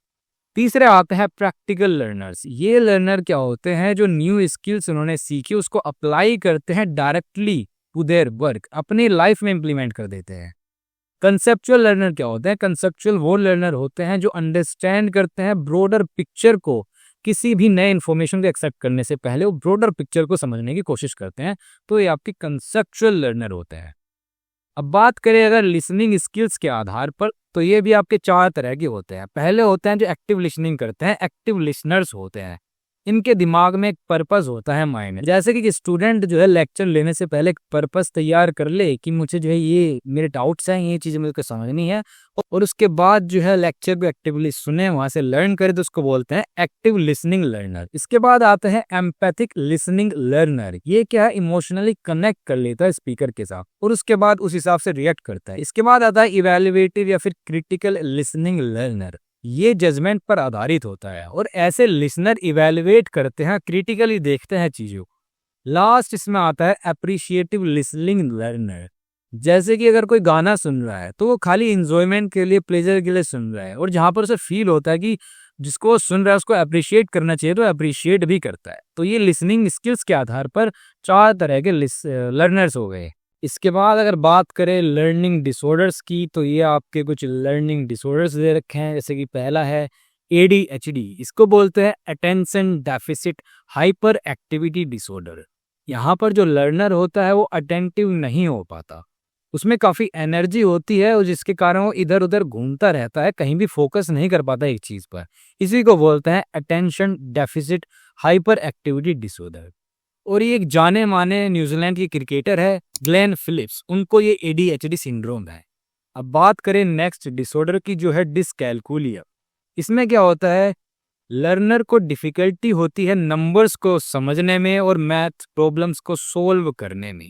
तो डिसकैलकुलिया, कैलकुलिया वर्ड से आप याद रख सकते हो, कैलकुलिया यानी कि कैलकुलेट करने में डिफिकल्टी है। इसके बाद आता है डिस्ग्राफिया। डिस्ग्राफिया क्या है, यहाँ पर राइटिंग डिफिकल्टीज होती है, जैसे कि हैंड राइटिंग में डिफिकल्टी है, स्पेलिंग लिखने में डिफिकल्टी है, राइटिंग एक्सप्रेशन बहुत अजीब है, हैंड राइटिंग भी अच्छी नहीं है और अनटाइडी राइटिंग है। डिसलेक्सिया की अगर बात करें तो डिसलेक्सिया में हम सही से पढ़ नहीं पाते हैं और क्विकली नहीं पढ़ पाते हैं, क्विकली पढ़ने में, स्मूथली पढ़ने में डिफिकल्टी होती है। जैसे कि तारे जमीन पर जो बच्चा होता है उसका नाम क्या था, किसान अवस्थी, तो उसको भी जो है डिफिकल्टी महसूस होती थी पढ़ने में। उसको जो है अक्सर पता नहीं कैसे कार्टून की तरह दिखाई देते थे, नाच रहे हैं उसके सामने सारे वर्ड्स। तो डिसलेक्सिया उसको डिसऑर्डर था। नेक्स्ट डिसऑर्डर की अगर बात करें वो है डिस्फेशिया या फिर अफाशिया। तो यहाँ पर डिफिकल्टी होती है राइट वर्ड्स को फाइंड करने में, बोलते या फिर लिखते समय। चाहे उनको पता भी हो कि उन्हें क्या बोलना है, लेकिन उनको डिफिकल्टी महसूस होती है उन वर्ड्स को, उन राइट वर्ड्स को फाइंड करने में। जैसे कभी कभी मेरे साथ भी ऐसा हो जाता है, मैं भूल जाता हूँ क्या बोलना है, ऐसे करते रहती, लेकिन लिखते टाइम मेरे को ऐसी कोई प्रॉब्लम नहीं होती। तो ये होता है लोगों के साथ डिस्फेशिया या फिर अफाशिया। अब बात करें अगर लर्नर्स की कैरेक्टरिस्टिक की, क्या कैरेक्टरिस्टिक होती है एक लर्नर में, तो लर्नर आपके अगर एडोलसेंट है तो उनमें क्या है, फिजिकल और इमोशनल और कॉग्निटिव चेंजेस होते रहते हैं, क्योंकि वो टीनेज में होती हैं अपनी। तो वो क्या चाहते हैं, इंडिपेंडेंस के लिए, इंडिपेंडेंस पाने के लिए स्ट्राइव करते हैं, प्रयास करते रहते हैं। और उसके साथ साथ वो अपने पीयर रिलेशनशिप्स को भी नेविगेट करते रहते हैं। एकेडमिक एक्सपेक्टेशंस होती है उनकी और इमर्जिंग रेस्पॉन्सिबिलिटीज होती है, जो रेस्पॉन्सिबिलिटीज उनके आने वाली है उनके कंधों पर। तो ऐसे होते हैं आपके एडोलसेंट लर्नर। अगर बात करें एडल्ट्स की तो ये सेल्फ डायरेक्टेड होते हैं, प्रैक्टिकल होते हैं और गोल ओरिएंटेड होते हैं, क्योंकि ये कंपैरेटिवली एडोलसेंट से स्टेबल हैं। यहाँ पर कोई चेंजेस नहीं हो रहे हैं फिजिकली, इमोशनली, हार्मोनली। ये काफ़ी मैच्योर हो गए हैं इस स्टेज में एडल्ट। इंडिपेंडेंट है और काफ़ी लाइफ एक्सपीरियंसेस इन्होंने एक्यूमुलेट कर ली हैं, जमा कर रही है। अब बात करते हैं इस चैप्टर का सबसे मेन टॉपिक, सबसे इम्पोर्टेंट टॉपिक, जो कि है लर्निंग थ्योरीज। लर्निंग थ्योरीज ये स्पेशल प्लान्स है, अप्रोचेस है, जिससे कि स्टूडेंट्स की हेल्प कर सके, जिससे वो चीज़ें और आसानी से बेटर तरीके से सीख सके। 3 इंपॉर्टेंट इसमें थ्योरीज है। वैसे तो बहुत सारी थ्योरीज है, 10-12 हम पढ़ेंगे, लेकिन 3 इंपॉर्टेंट है जिनको पहले कवर करेंगे। Bloom's taxonomy, Gagne's levels of learning और तीसरी है कोल्ब्स लर्निंग साइकिल। तो पहले बात करते हैं ब्लूम्स टैक्सोनॉमी की, जो कि 1956 में बेंजामिन ब्लूम ने दी। इसके 3 डोमेन हैं लर्निंग के मेनली।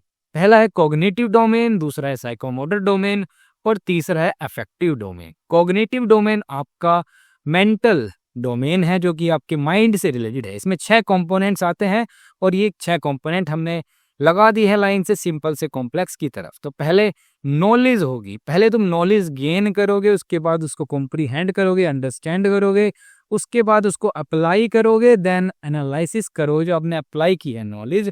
उसके बाद एनालिसिस में क्या होता है, ब्रेक डाउन करते हैं, उसके बाद सिंथेसिस करोगे ना उसका, उसको जोड़ दोगे जो भी तुमने ब्रेक डाउन किया उसको समझ लिया है, इवेल्युएट करोगे, उसके बाद लास्ट में इवेल्युएशन आएगा। तो ये 6 स्टेप्स है। अगर इसको हम एक निमोनिक की हेल्प से समझे तो क्या बनेगा, निमोनिक वो है king Chokli always analyses small x. तो ये किंग में जो के है इसका मतलब है नॉलेज, सी चोकली में जो सी है इसका मतलब है कॉम्प्रीहेंशन। चोकली की जगह आप कुछ और नाम भी ले सकते हो, किंग, चैंपियन, किंग चार्ल्स, कुछ भी ले सकते हो। मैंने चोकली अच्छा चोकली ले लिया। ऑलवेज का जो ए है इसका मतलब एप्लीकेशन, एनालाइसिस का जो ए है इसमें एनालिसिस हो जाएगा, स्मॉल का जो एस है इसका मतलब सिंथेसिस और एग्स का जो ई है इसका मतलब इवैल्यूएशन। तो इस निमोनिक की हेल्प से आप इसको इजीली रिमेंबर कर सकते हो, याद कर सकते हो। इस पर क्वेश्चन आ भी चुका है कई बार और आगे भी आ सकता है। तो ये सीक्वेंस आपको एज इट इज याद होना चाहिए। पहले नॉलेज आता है, फिर comprehension, then application, analysis, synthesis और उसके बाद इवैल्यूएशन। अब ये जो ब्लूम्स टैक्सोनॉमी है कॉग्निटिव डोमेन के ऊपर, उसके लेवल के ऊपर, इसको रिवाइज किया फिर एंडरसन और क्रैथवोल ने 2001 में। रिवाइज करने पे क्या किया इन्होंने, मेनली स्टार्टिंग के 4 लेवल्स है या कंपोनेंट्स है वो सेम रखे, लेकिन जो 5वां और 6ठा कंपोनेंट है उसको एक्सचेंज कर दिया एक तरीके से। और सिंथेसिस की जगह लिया है वो क्रिएटिंग, और सिंथेसिस की जगह क्रिएटिंग ले आए तो क्रिएटिंग को उन्होंने लास्ट में लिख दिया, छठे नंबर पे, इवेलुएटिंग को 5वें नंबर पे ले आए। तो ये जो रिवाइज्ड वर्जन बना, इसके अनुसार जो करेक्ट सीक्वेंस होगा वो होगा, पहले सबसे पहले रिमेंबरिंग आएगा, उसके बाद अंडरस्टैंडिंग आएगा, उसके बाद अप्लाइंग आएगा, उसके बाद एनालाइजिंग आएगा, और 5वें नंबर पर आ जाएगा इवेलुएटिंग, और छठे नंबर पर क्रिएटिंग। अब इसको अगर हमें याद रखना हो तो कैसे याद रखेंगे? इसका भी निमोनिक बना सकते हैं। मैंने बना है mnemonic, Renu understands all animals every Christmas. Renu है, रेनू एक लड़की है, तो वो अंडरस्टैंड करती है सभी जानवरों को हर एक क्रिसमस पे, हर एक साल, हर साल मतलब हर साल वो क्रिसमस पे सभी जानवरों को अंडरस्टैंड करती है, समझती है। तो रेनू के आर से हो जाएगा रिमेंबरिंग, अंडरस्टैंड के यू से हो जाएगा अंडरस्टैंडिंग, ऑल के ए से हो जाएगा अप्लाइंग, एनिमल के ए से हो जाएगा एनालाइजिंग, और एवरी के ई से हो जाएगा इवेलुएटिंग, क्रिसमस के सी से हो जाएगा क्रिएटिंग। तो इस निमोनिक की हेल्प से आप एंडरसन की जो रिवाइज्ड वर्जन है ब्लूम्स टैक्सोनॉमी का वो याद रख सकते हैं। अब बात करें अगर साइकोमोटर डोमेन की, साइकोमोटर डोमेन यानी कि जो काइनेस्थेटिक डोमेन होता है, जो physical activities, physical movements, coordination से रिलेटेड होता है, उससे जुड़ा हुआ होता है, उसको बोलते हैं साइकोमोटर डोमेन। और इसका पर्पज होता है जो लर्नर है उसको ज़्यादा से ज़्यादा कोऑर्डिनेटेड, स्किल्ड और कॉन्फिडेंट बना पाए, जिससे वो अपनी बॉडी को अच्छे से यूज़ कर पाए। इसके भी 5 कंपोनेंट्स होते हैं, और ये 5 कंपोनेंट मैंने प्रोग्रेसिव सीक्वेंस में लगा दिए है। सबसे पहले आएगा इमिटेशन, यानी कि तुम नकल कर रहे हो, दूसरे को देख रहे हो, उसके बाद उसको मैनिपुलेट करते हो, उसको अप्लाई करते हो। उसके बाद आएगा प्रिसीजन, देखते हो प्रिसाइजली तुमने जो सीखा है उसको अप्लाई जो किया है वो कितना सही है कितना गलत है। उसके बाद आर्टिकुलेट करते हो, लास्ट में नेचुरलाइज करते हो। इसको अगर मैं एक एग्जांपल की मदद से समझाऊं, मान लो तुम बचपन में किसी दूसरे को सूले से बांधते हुए देखते हो, तुम्हें नहीं आते बांधने, तुम दूसरे को देख रहे हो, तो तुम पहले क्या करोगे, तुम उसे देखोगे, इमिटेट करोगे, उसके बाद उसे मैनिपुलेट करोगे, एक्शन लोगे, देखोगे, उसके बाद प्रिसीजन देखोगे तुमने सही बांधने की क्या गलती रह गई, उसके बाद उसे आर्टिकुलेट करोगे, बार बार जो है प्रैक्टिस करोगे, रिपीट करोगे, और लास्ट में वो नेचुरलाइज हो जाएगा, तुम्हारे नेचर में आ जाएगा, तुम जो है आसानी से बांध पाओगे। तुम्हें कब अब कोई कष्ट नहीं हो रहा है। जैसे कि तुम गाड़ी चलाते हो या फिर बाइक चला रहे हो, तो तुम स्टार्टिंग में तुम जो है पूरा देखते हो ध्यान से, कौन सा गियर लगाना, कैसे स्पीड देनी है, कम ज़्यादा तुम सब देखते हो। लेकिन 1-2 साल बाद क्या होगा, तुम्हारे वो नेचुरलाइज हो जाता है, तुम अपने आप जो है स्पीड कम होने पे गियर कम कर लेते हो, एक गियर निकाल देते हो, स्पीड बढ़ाते हो तो गियर एक बढ़ा देते हो, तो अपने आप नेचुरलाइज हो जाता है, तुम्हें कुछ जो है अलग से फोर्स नहीं करना पड़ता। तो इसको भी हम एक ट्रिक से याद कर सकते हैं, जो सीक्वेंस है, I miss my pizza and nachos. तो आई से हो जाएगा इमिटेशन, मिस के एम से हो जाएगा मैनिपुलेशन, और पिज्जा के पी से हो जाएगा प्रिसीजन, एंड के ए से हो जाएगा आर्टिकुलेशन, नाचोज के एन से हो जाएगा नेचुरलाइजेशन। तो ये था आपका साइकोमोटर डोमेन, इसका सीक्वेंस भी आपको याद रखना है। इसके बाद आता है अफेक्टिव डोमेन। अफेक्टिव डोमेन में आपके आते हैं इमोशंस, एटीट्यूड्स और वैल्यूज। तो ये इमोशन, एटीट्यूड और वैल्यूज से रिलेटेड है। इसमें फोकस किया जाता है कि कैसे जो लर्नर है वो फील कर पा रहा है चीज़ों के बारे में, और कैसे वो फीलिंग उसके एक्शंस को अफेक्ट कर रही है। इसमें भी 5 कंपोनेंट्स आते हैं जिनको मैंने प्रोग्रेसिव सीक्वेंस में लगा दिया है। सबसे पहले आएगा रिसीविंग, उसके बाद आएगा रेस्पॉन्डिंग, उसके बाद आएगा वैल्यूइंग, उसके बाद आएगा ऑर्गेनाइजिंग, और लास्ट में आएगा कैरेक्टराइजेशन। इसको अगर एक एग्जांपल की मदद से समझे, मान लो कि कोई मिस्टर रवि शास्त्री है, वो एक नए असिस्टेंट प्रोफेसर लगते हैं किसी कॉलेज में। तो सबसे पहले वहाँ पर जो वो गए अंदर क्लास में, तो उन्होंने कुछ रिसीव किया। क्या रिसीव किया? जो भी उन्होंने एक्सपीरियंस किया वहाँ पर जो स्टूडेंट थे। तो सबसे पहले उसमें आता है रिसीविंग, कि जो भी उन्होंने रिसीव किया, एक्सपीरियंस किया वहाँ पर स्टूडेंट्स को पढ़ाते वक्त फर्स्ट डे। उसके बाद आएगा रेस्पॉन्डिंग, की जो भी उनका एक्सपीरियंस रहा उससे क्या उन्होंने चीज़ें दी। उसके बाद आएगा वैल्यूइंग, यानी कि जो भी वहाँ पर उन्होंने चीज़ें सीखी वहाँ से उन्होंने नई वैल्यूज़ जनरेट की। उन नई वैल्यूज़ को जो है उन्होंने नेक्स्ट स्टेप में ऑर्गेनाइजिंग में उसको लागू कर दिया। देन लास्ट में कैरेक्टराइजेशन होगा। कैरेक्टराइजेशन में क्या होगा, वो जो नई वैल्यूज़ थी वो उनके कैरेक्टर में अब इम्बाइब हो चुकी है, वो उनके कैरेक्टर में आ गई है, उन्होंने इतना उसको प्रैक्टिस कर लिया है। तो अफेक्टिव डोमेन के सीक्वेंस को भी एक निमोनिक की हेल्प से हम समझ सकते हैं। निमोनिक है real rabbits value orange carrots. तो रियल रैबिट्स वैल्यू कर रहे हैं ऑरेंज कैरेट्स को। रियल के आर से हो जाएगा रिसीविंग, रैबिट के आर से हो जाएगा रेस्पॉन्डिंग, वैल्यू के वी से हो जाएगा वैल्यूइंग, ऑरेंज के ओ से हो जाएगा ऑर्गेनाइजिंग, कैरेट के सी से हो जाएगा कैरेक्टराइजेशन।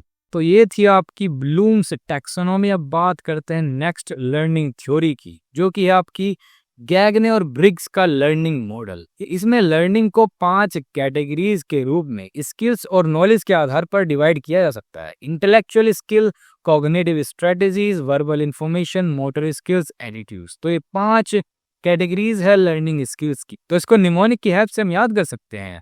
निमोनिक है I can visualise my achievement. I से हो जाएगा इंटेलेक्चुअल स्किल, सी से हो जाएगा कॉग्निटिव स्किल, विजुअलाइज के वी से हो जाएगा वर्बल इंफॉर्मेशन, माई के एम से हो जाएगा मोटर स्किल्स और अचीवमेंट के ए से हो जाएगा एटीट्यूड्स। इंटेलेक्चुअल स्किल्स आपकी रिलेटेड हो गई इंटेलेक्ट से, कॉग्निटिव स्ट्रेटजीज हो गई आपकी कॉग्निशन से रिलेटेड, वर्बल इंफॉर्मेशन में आपकी आ जाएगी जो भी आप वर्बली बोल रहे हो, सुन रहे हो, सीख रहे हो उससे, मोटर स्किल में आ जाएगी जो भी आप फिजिकल एक्टिविटीज से सीख रहे हो, और एटीट्यूड्स में लास्ट में इमोशन से रिलेटेड हो जाएगा। तो ये थी आपकी 5 कैटेगरीज ऑफ लर्निंग स्किल्स और नॉलेज के आधार पर। अब देख लेते हैं गैगने के जो लेवल्स ऑफ लर्निंग है, 9 लेवल्स ऑफ लर्निंग जो कि गैगने ने प्रपोज किए।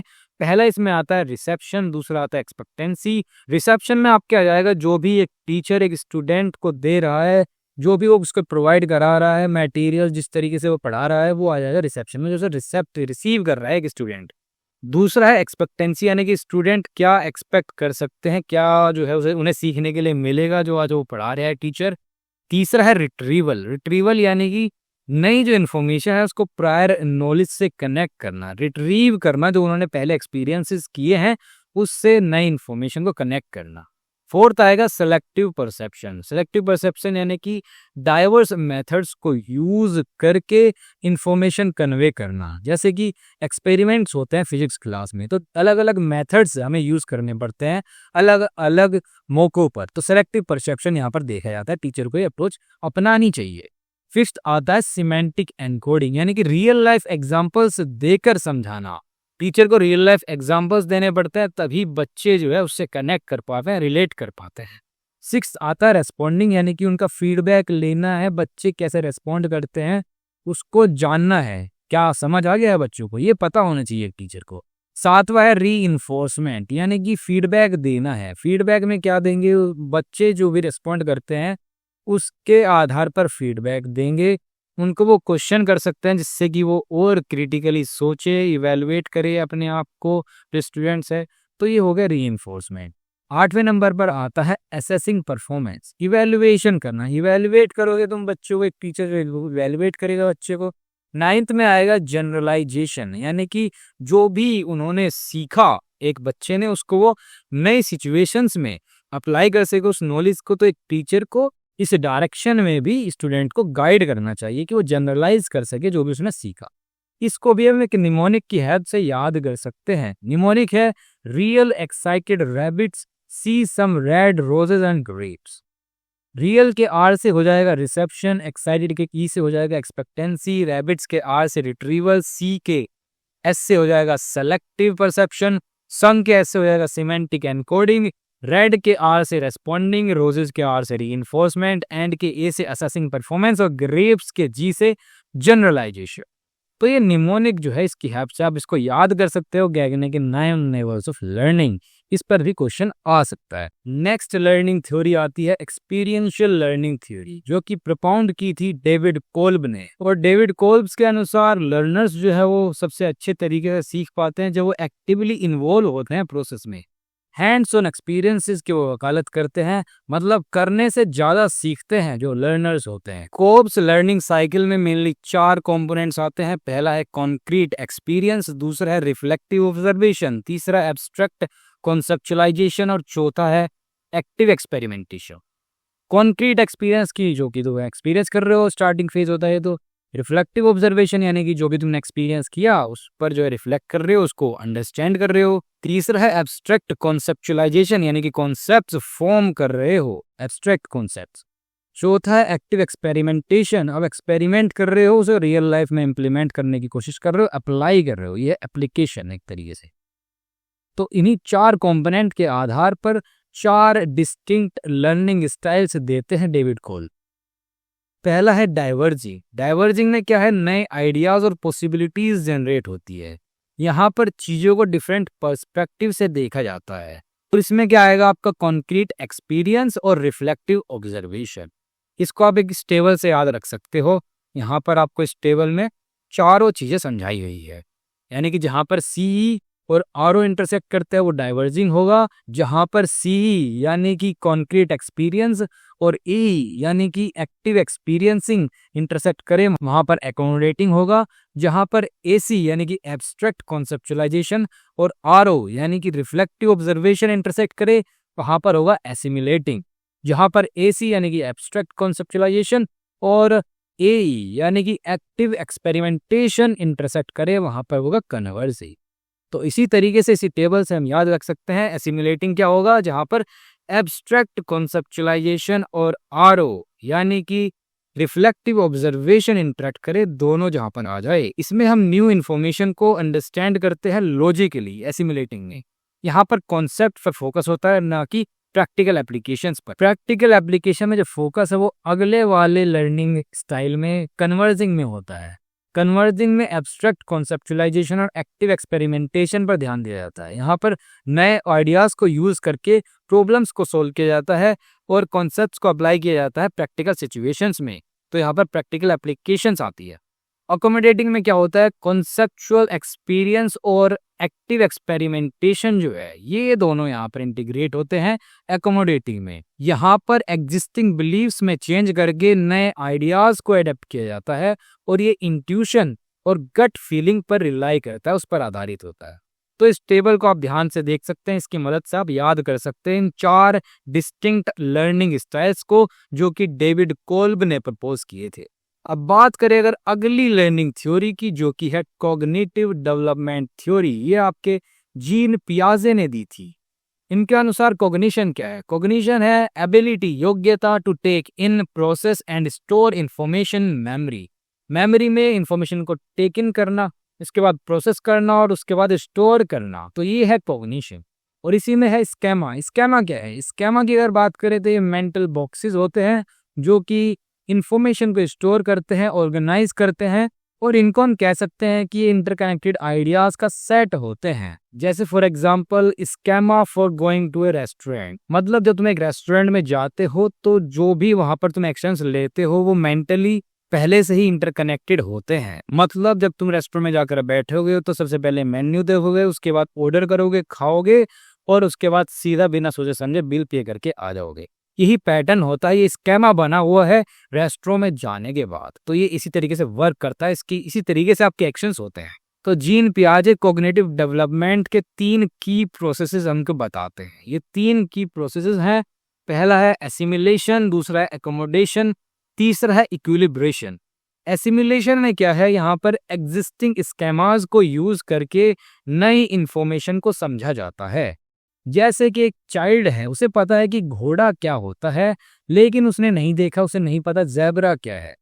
तो जब वो ज़ेब्रा को देखेगा तो उसको घोड़ा बोलेगा या बोलेगा कि ये घोड़े जैसा है। तो यहाँ पर वो जो एग्जिस्टिंग स्केमा है उसका घोड़े का उसके दिमाग में, उससे वो नई इंफॉर्मेशन जो ज़ेब्रा की है उसको अंडरस्टैंड कर पा रहा है। दूसरा है एकोमोडेशन, यानी कि एडजस्ट करना है और मॉडिफाई करना है स्केमास को जिससे कि नई इंफॉर्मेशन फिट हो सके। अब उसने जो सीखा है कि ज़ेब्रा घोड़े जैसा है लेकिन वो पूरा घोड़े जैसा नहीं है, उसमें कुछ डिफरेंसेस है। जैसे कि ज़ेब्रा पर वाइट और ब्लैक स्ट्रिप्स होती है जो कि घोड़े पर नहीं होते हैं। तो वो अपने एग्जिस्टिंग स्केमा जो कि घोड़े का स्केमा है उसमें एडजस्ट कर रहा है, उसको मॉडिफाई कर रहा है, इसको बोलता है एकोमोडेशन। तीसरा आता है इक्विलिब्रेशन। अब ये जो एसिमिलेशन है और एकोमोडेशन है इसके बीच में बैलेंसिंग करना, जब तुम नई इंफॉर्मेशन को एनकाउंटर कर रहे हो, इस प्रोसेस को ही बोलता है इक्विलिब्रेशन। तो ये 3 की प्रोसेसेस हो चलते रहते हैं कॉग्निटिव डेवलपमेंट में, जिसकी जीन पियाजे बात करते हैं। पियाजे के अनुसार 4 स्टेज होती है कॉग्निटिव डेवलपमेंट की। पहली स्टेज होती है 0 से 2 साल के बीच में होती है, ये इसको बोलते हैं सेंसरी मोटर स्टेज। यहाँ पर ऑब्जेक्ट परमानेंस का डेवलपमेंट होता है, यानी कि अंडरस्टैंड कर पाता है कि बच्चा की जो ऑब्जेक्ट है वो एग्जिस्ट करता है चाहे वो उसे देखे या ना देखे, यानी कि ऑब्जेक्ट जो है परमानेंटली एग्जिस्ट करता है चाहे वो उसे देख रहे हैं या नहीं देख रहे हैं। तो ये 8 से 12 मंथ का जो बच्चा होता है उसमें डेवलप होना शुरू हो जाता है। प्री ऑपरेशनल स्टेज होती है उसके बाद, जो कि 2 से 7 साल के बच्चों में देखी जाती है। यहाँ पर जो बच्चा है ये बात करना शुरू कर देता है, वर्ड्स की फॉर्म में वर्ड्स बोल के बात करता है, वो बड़ों की तरह। इमेजिनेटिव प्ले यहाँ पर होता है, वो इमेजिनेशन में खेलता है। ईगोसेंट्रिज्म यहाँ पर होता है। ईगोसेंट्रिज्म का मतलब जिस तरीके से जैसे वो सोचता है बच्चा, जैसे वो महसूस करता है, वो एज्यूम कर लेता है कि बड़े भी उसी तरीके से सोचते हैं, उसी तरीके से महसूस करते हैं, तो इसको बोलते हैं ईगोसेंट्रिज्म। जब आप भी छोटे होंगे तो आपको लगता होगा कि ये जो है पूरा ब्रह्मांड जो है आपके ही इर्द गिर्द घूम रहा है, आप ही सेंटर स्टेज में है, जो भी हो रहा है उसमें मेन सेंटर में आप ही हो, आपके लिए हो रहा है। तो ऐसा मैं सोचा करता था जब मैं 2 से 7 साल के बीच में हुआ करता था। आप भी सोचते होंगे may be. Concrete operational stage आती है इसके बाद, जो कि 7 से 11 साल के बच्चों में देखी जाती है। यहाँ पर वो बच्चा लॉजिकली सोचना शुरू कर देता है about concrete things what can be seen और टच्ड, जिसको देख सकता है, टच कर सकता है, उसके प्रति वो लॉजिकली सोचना शुरू कर देता है। और जो कंजर्वेशन का नियम है उसको भी समझ जाता है, यानी कि जो क्वांटिटी है, कंजर्वेशन का मतलब क्वांटिटी सेम रहती है, चाहे उसकी शेप बदल जाए या अपीयरेंस बदल जाए। किसी कंटेनर जो कि क्यूबॉइड शेप का है, उसमें अगर कोई सामान रखा है, तुम उसका सामान किसी सर्कुलर शेप में रख दो तो उसकी क्वांटिटी सेम रहेगी, चाहे शेप क्यों ना बदल गई हो। उसके बाद आती है फॉर्मल ऑपरेशनल स्टेज, जो कि 11 साल से बड़े बच्चों या फिर एडल्ट या फिर बूढ़ों में देखी जा सकती है। यहाँ पर एब्स्ट्रैक्टली और हाइपोथेटिकली ये सोचना शुरू कर देते हैं और इमेजिन कर पाते हैं फिजिकल रियलिटी के बियॉन्ड भी। जैसे कि वो इमेजिन करते हैं कि मार्स के ऊपर भी जीवन हो सकता है, तो जीवन कैसा होगा, वहां पर क्या होता होगा। तो ये सब चीजें वो सोचना शुरू कर देते हैं। एब्स्ट्रैक्ट आइडियाज जैसे कि जस्टिस सिस्टम, ये सब चीजें सोचना शुरू कर देते हैं। इसके बाद अगली थ्योरी है लेव विगोत्स्की की, जिन्होंने कॉग्निटिव डेवलपमेंट थ्योरी में ही कंट्रीब्यूट किया।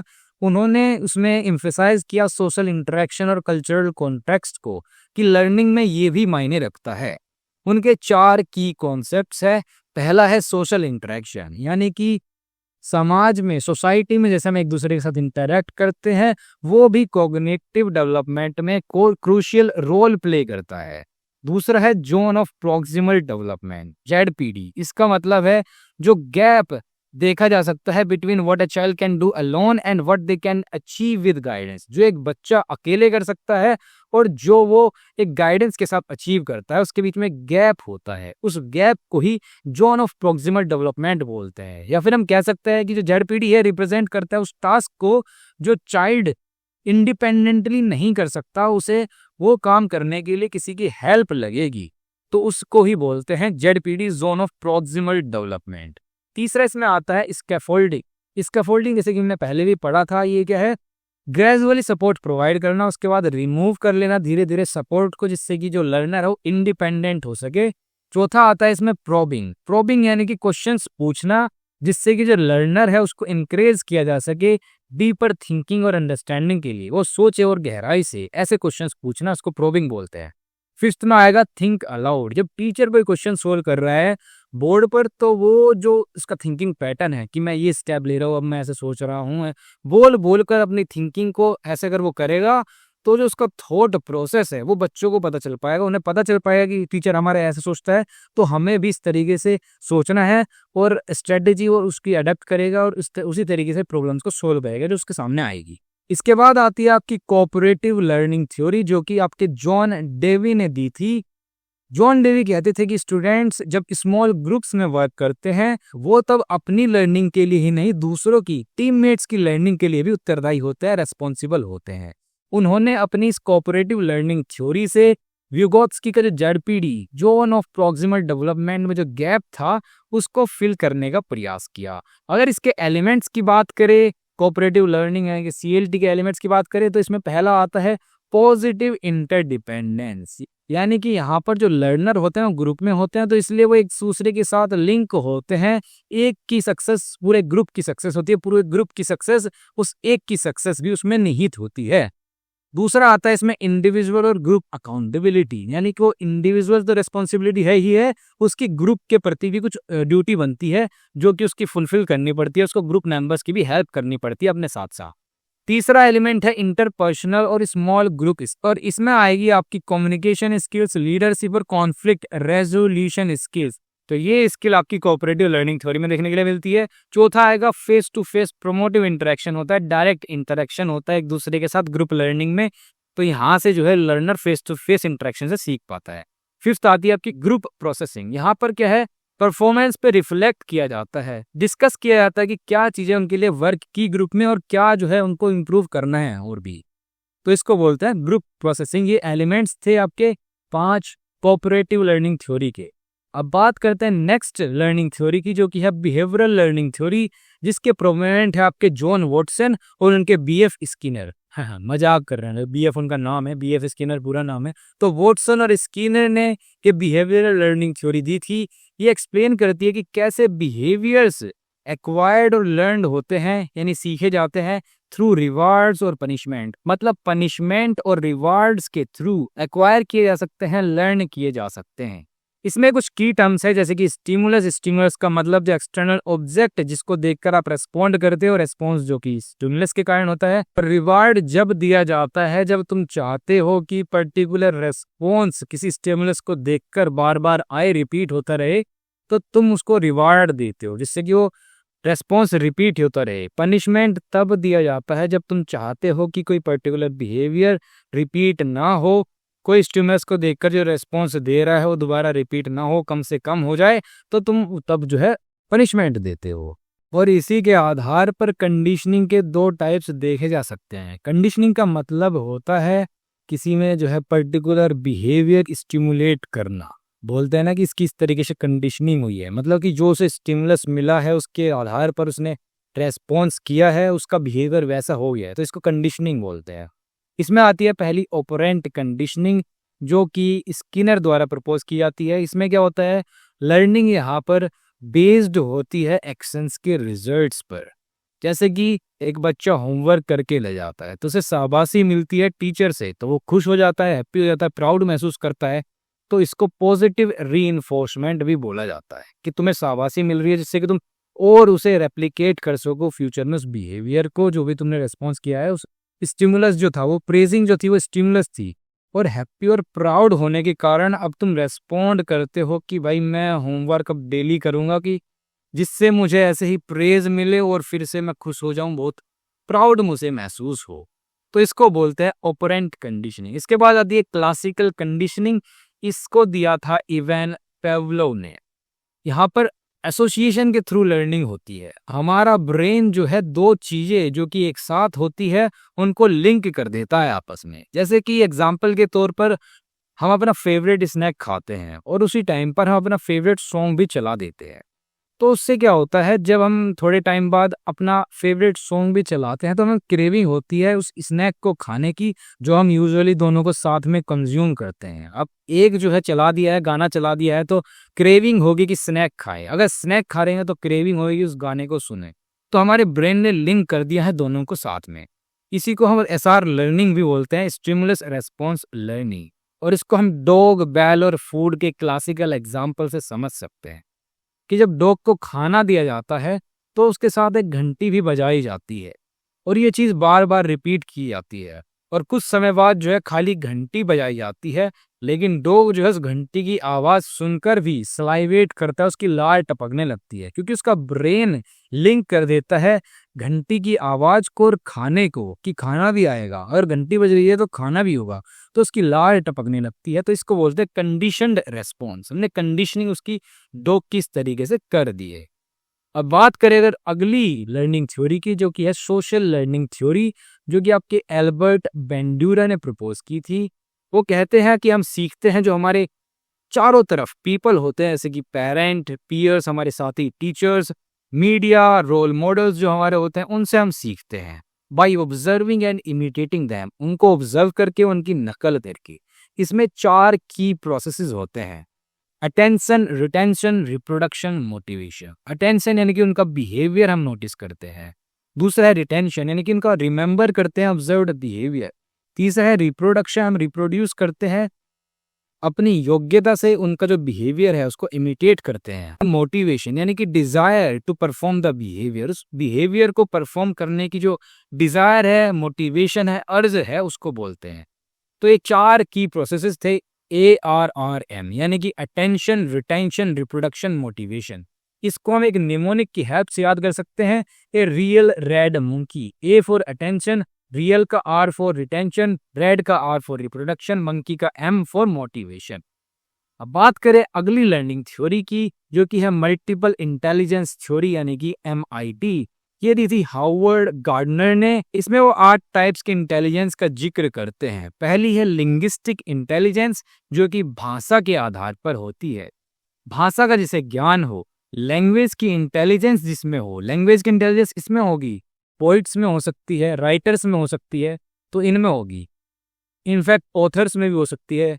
इसके बाद आती है लॉजिकल मैथमेटिकल इंटेलिजेंस, ये होगी आपकी मैथमेटिशियंस में, लॉजिकल ऑपरेटर्स में हो सकती है, कोडर्स में हो सकती है, तो यहाँ पर लॉजिक्स का ज़्यादा इस्तेमाल होता है। इसके बाद आएगा स्पेशल इंटेलिजेंस, यानी कि स्पेस का यूज अगर कोई कर सकता है, 3D पिक्चर्स में वो चीज़ें देख सकता है, उसको विजुअलाइज कर सकता है, तो ये हो जाएगी आपकी आर्टिस्ट वगैरह में हो जाएगी, आर्टिस्ट में। बॉडीली काइनेस्थेटिक्स इंटेलिजेंस, काइनेस्थेटिक्स का मतलब फिजिकल जो मूवमेंट्स है उनको अच्छे से यूज कर सकता है, कंट्रोल कर सकता है, ऑप्टिमम यूज कर सकता है बॉडी का, ये होगी आपकी एथलीट्स वगैरह में। इसके बाद आएगी म्यूजिकल इंटेलिजेंस। म्यूजिकल इंटेलिजेंस किस में होगी, जिसको म्यूजिक की परख है, नॉलेज है, तो ये आपके सिंगर्स में हो जाएगी, म्यूजिक कंपोजर्स में हो जाएगी, म्यूजिशियंस में हो जाएगी। इसके बाद आएगी इंटरपर्सनल इंटेलिजेंस। इंटरपर्सनल इंटेलिजेंस का मतलब जो दूसरों के साथ अच्छे रिलेशंस रख सकता है, दूसरों की प्रॉब्लम सोल्व कर सकता है, उनको सुन सकता है, ये आपके काउंसलर में हो सकती है, philosophical counsellor, psychological counsellor, psychiatrist, teachers, उनमें हो सकती है। इंट्रापर्सनल जो इंटेलिजेंस होगी ये किस में हो सकती है, फिलोसोफर्स में हो सकती है, जो खुद की जिनको नॉलेज होती है, खुद के बारे में डीप थिंकिंग कर सकते हैं। नेचुरलिस्टिक इंटेलिजेंस किस में होगी, ये हो सकती है आपकी बोटनिस्ट में हो सकती है, जूलॉजिस्ट में हो सकती है, इन्वायरमेंटलिस्ट में हो सकती है, डीप इकोलॉजिस्ट में हो सकती है, जिनको नेचर की जानकारी है, नेचर में रहने वाले जीव जंतुओं की, पेड़ पौधों की जानकारी है, वो सोच सकते हैं उनके बारे में। एग्जिस्टेंशियल इंटेलिजेंस ये किस में होगी, एग्जिस्टेंशियल इंटेलिजेंस होगी आपके जो एग्जिस्टेंशियल क्वेश्चंस को सोच सकते हैं, उनको सोल्व कर सकते हैं, उनका पता कर सकते हैं, जैसे कि मैं क्या हूं, मैं कौन हूं, मैं कैसे हूं, मैं कहां से हूं, ये सब, मेरा वजूद क्या है। तो ये इंटेलिजेंस आपकी फिलोसफर्स में देखी जा सकती है, थियोलॉजियंस में देखी जा सकती है, और मिस्टिकल गुरुज में भी देखी जा सकती है। तो ये आपकी 8 तरह की इंटेलिजेंस थी, जो कि हार्वर्ड गार्डनर ने अपनी theory multiple intelligence theory MIT में प्रपोज की। अब बात करें अगर MIT यानी कि मल्टीपल इंटेलिजेंस थ्योरी से जुड़ी हुई कुछ और अन्य थ्योरी, जैसे कि इमोशनल इंटेलिजेंस थ्योरी, जो कि आपकी डेनियल गोलमैन ने दी।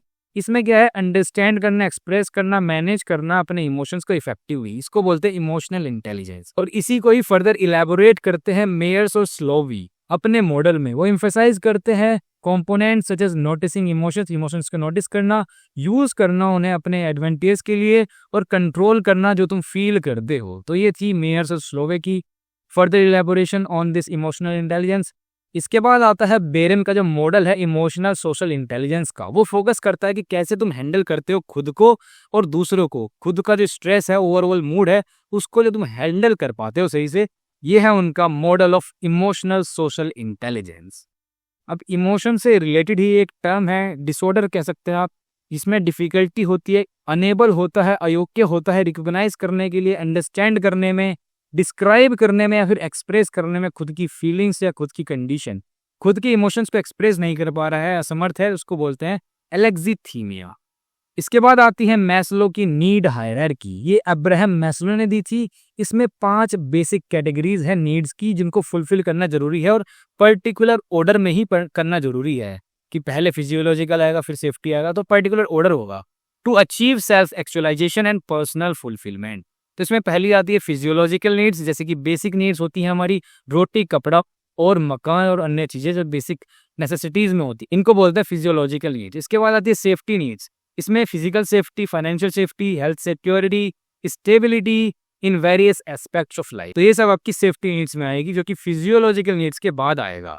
तीसरी आती है लव और बिलोंगिंगनेस नीड्स, यानी कि जो सोशल कनेक्शन और रिलेशनशिप आप बनाते हो दूसरों के साथ, एक सेंस ऑफ बिलोंगिंग होता है कम्युनिटी में, ग्रुप में, तो वो वाली नीड कि तुम भी किसी ग्रुप में हो, तुम्हारा भी कोई कनेक्शन हो, किसी रिलेशनशिप में हो, तुम्हारे दोस्त हो, यार हो, तुम्हारा प्यार हो, तो ये सब जो है आपकी लव और बिलोंगिंगनेस नीड्स में आ जाएगी। इसके बाद आएगी एस्टीम नीड्स, एस्टीम यानी कि recognition, respect, self respect, positive self image. इसमें भी दो तरह का होता है ये, पहले सेल्फ एस्टीम आता है यानी कि self respect, self worth, self confidence, ये सब चीजें आती है।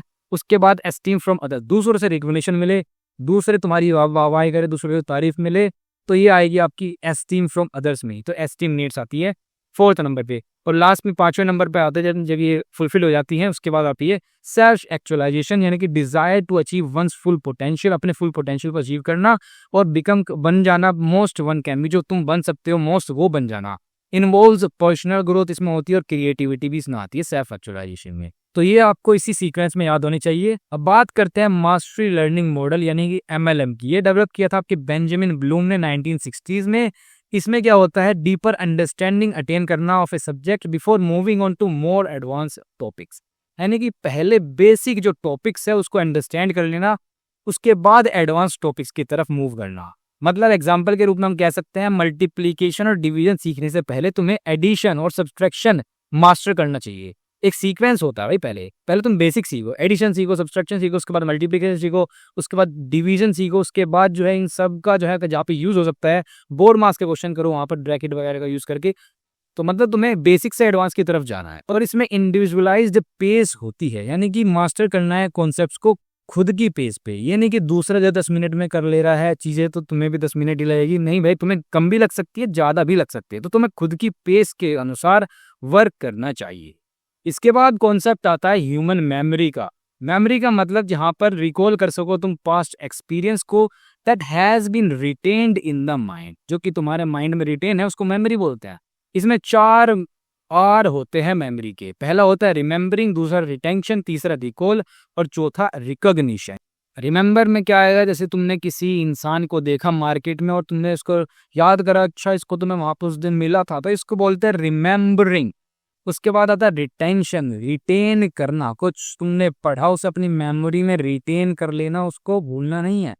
उसके बाद आएगा रिकॉल, यानी कि तुमने रिकॉल करना जो तुमको पता है पहले से ही, उसको माइंड में कॉन्शियसली लेके आना है।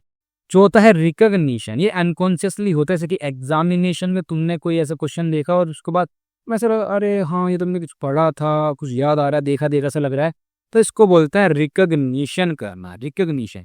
और इसी में एक कॉन्सेप्ट आता है प्राइमिंग, ये मेमोरी से रिलेटेड होता है। ये मेमोरी शॉर्टकट है एक तरीके से प्राइमिंग।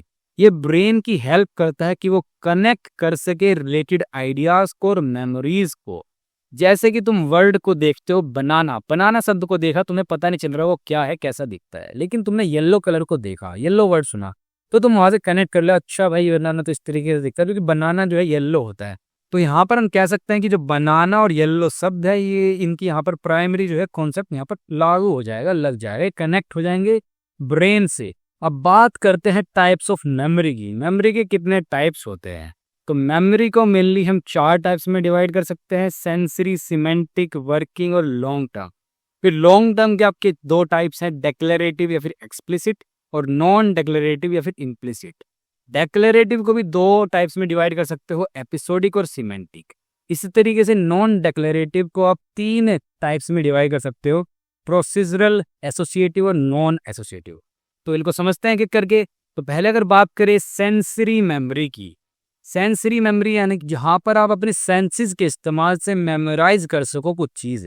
जैसे कि आपने सीरियल देखा होगा साथ निभाना साथ, या उसमें गोपी बहू होती है, गोपी बहू की आप पर पट्टी बंधी हुई है, उसे टच करके बताना है कि मेरे अहम जी कौन से, तो टच करके वो अपनी मेमोरी की हेल्प से बता देती है कि मेरे अहम जी ये वाले हैं, ये है मेरे अहम जी। तो मेमोरी ने यहाँ पर सेंसरी ऑर्गन की हेल्प से बता दिया कि कौन थे अहम जी।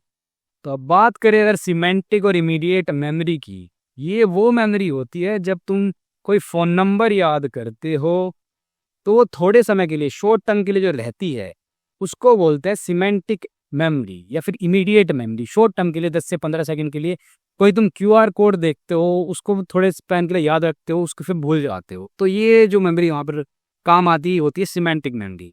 अगर बात करें वर्किंग मेमोरी की, जो आपकी शॉर्ट टर्म मेमोरी होती है, उसमें जो भी चीज़ें चल रही होती है, तो आपको डिसाइड करना है, मान लो आपके पापा ने आपको बहुत सारे काम करने के लिए बोल दिया कि दुकान से सामान लेके आ, दूध भी लेके आ, फिर आटा पिसवा के लेके आ, मंडी से सब्जी लेके आ, तो फिर तुम्हारा माइंड जो है प्रायोरिटाइज करता है कि कौन सा काम पहले करूँ, कौन सा बाद में करूँ। तो उस वहाँ पर जो उन कामों को याद रखने में, वो प्रायोरिटी बनाने में जो मेमोरी काम आती है, वहाँ पर जो है उसको बोलते हैं वर्किंग मेमोरी, जो वर्क कर रही है अभी प्रेजेंट में।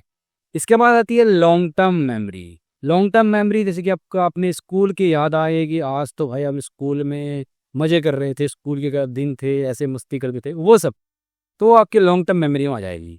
अब लॉन्ग टर्म मेमोरी आपकी दो तरह की हो सकती है, पहली है डेक्लेरेटिव या फिर एक्सप्लिसिट मेमोरी, और दूसरी है नॉन डेक्लेरेटिव या फिर इम्प्लिसिट मेमोरी।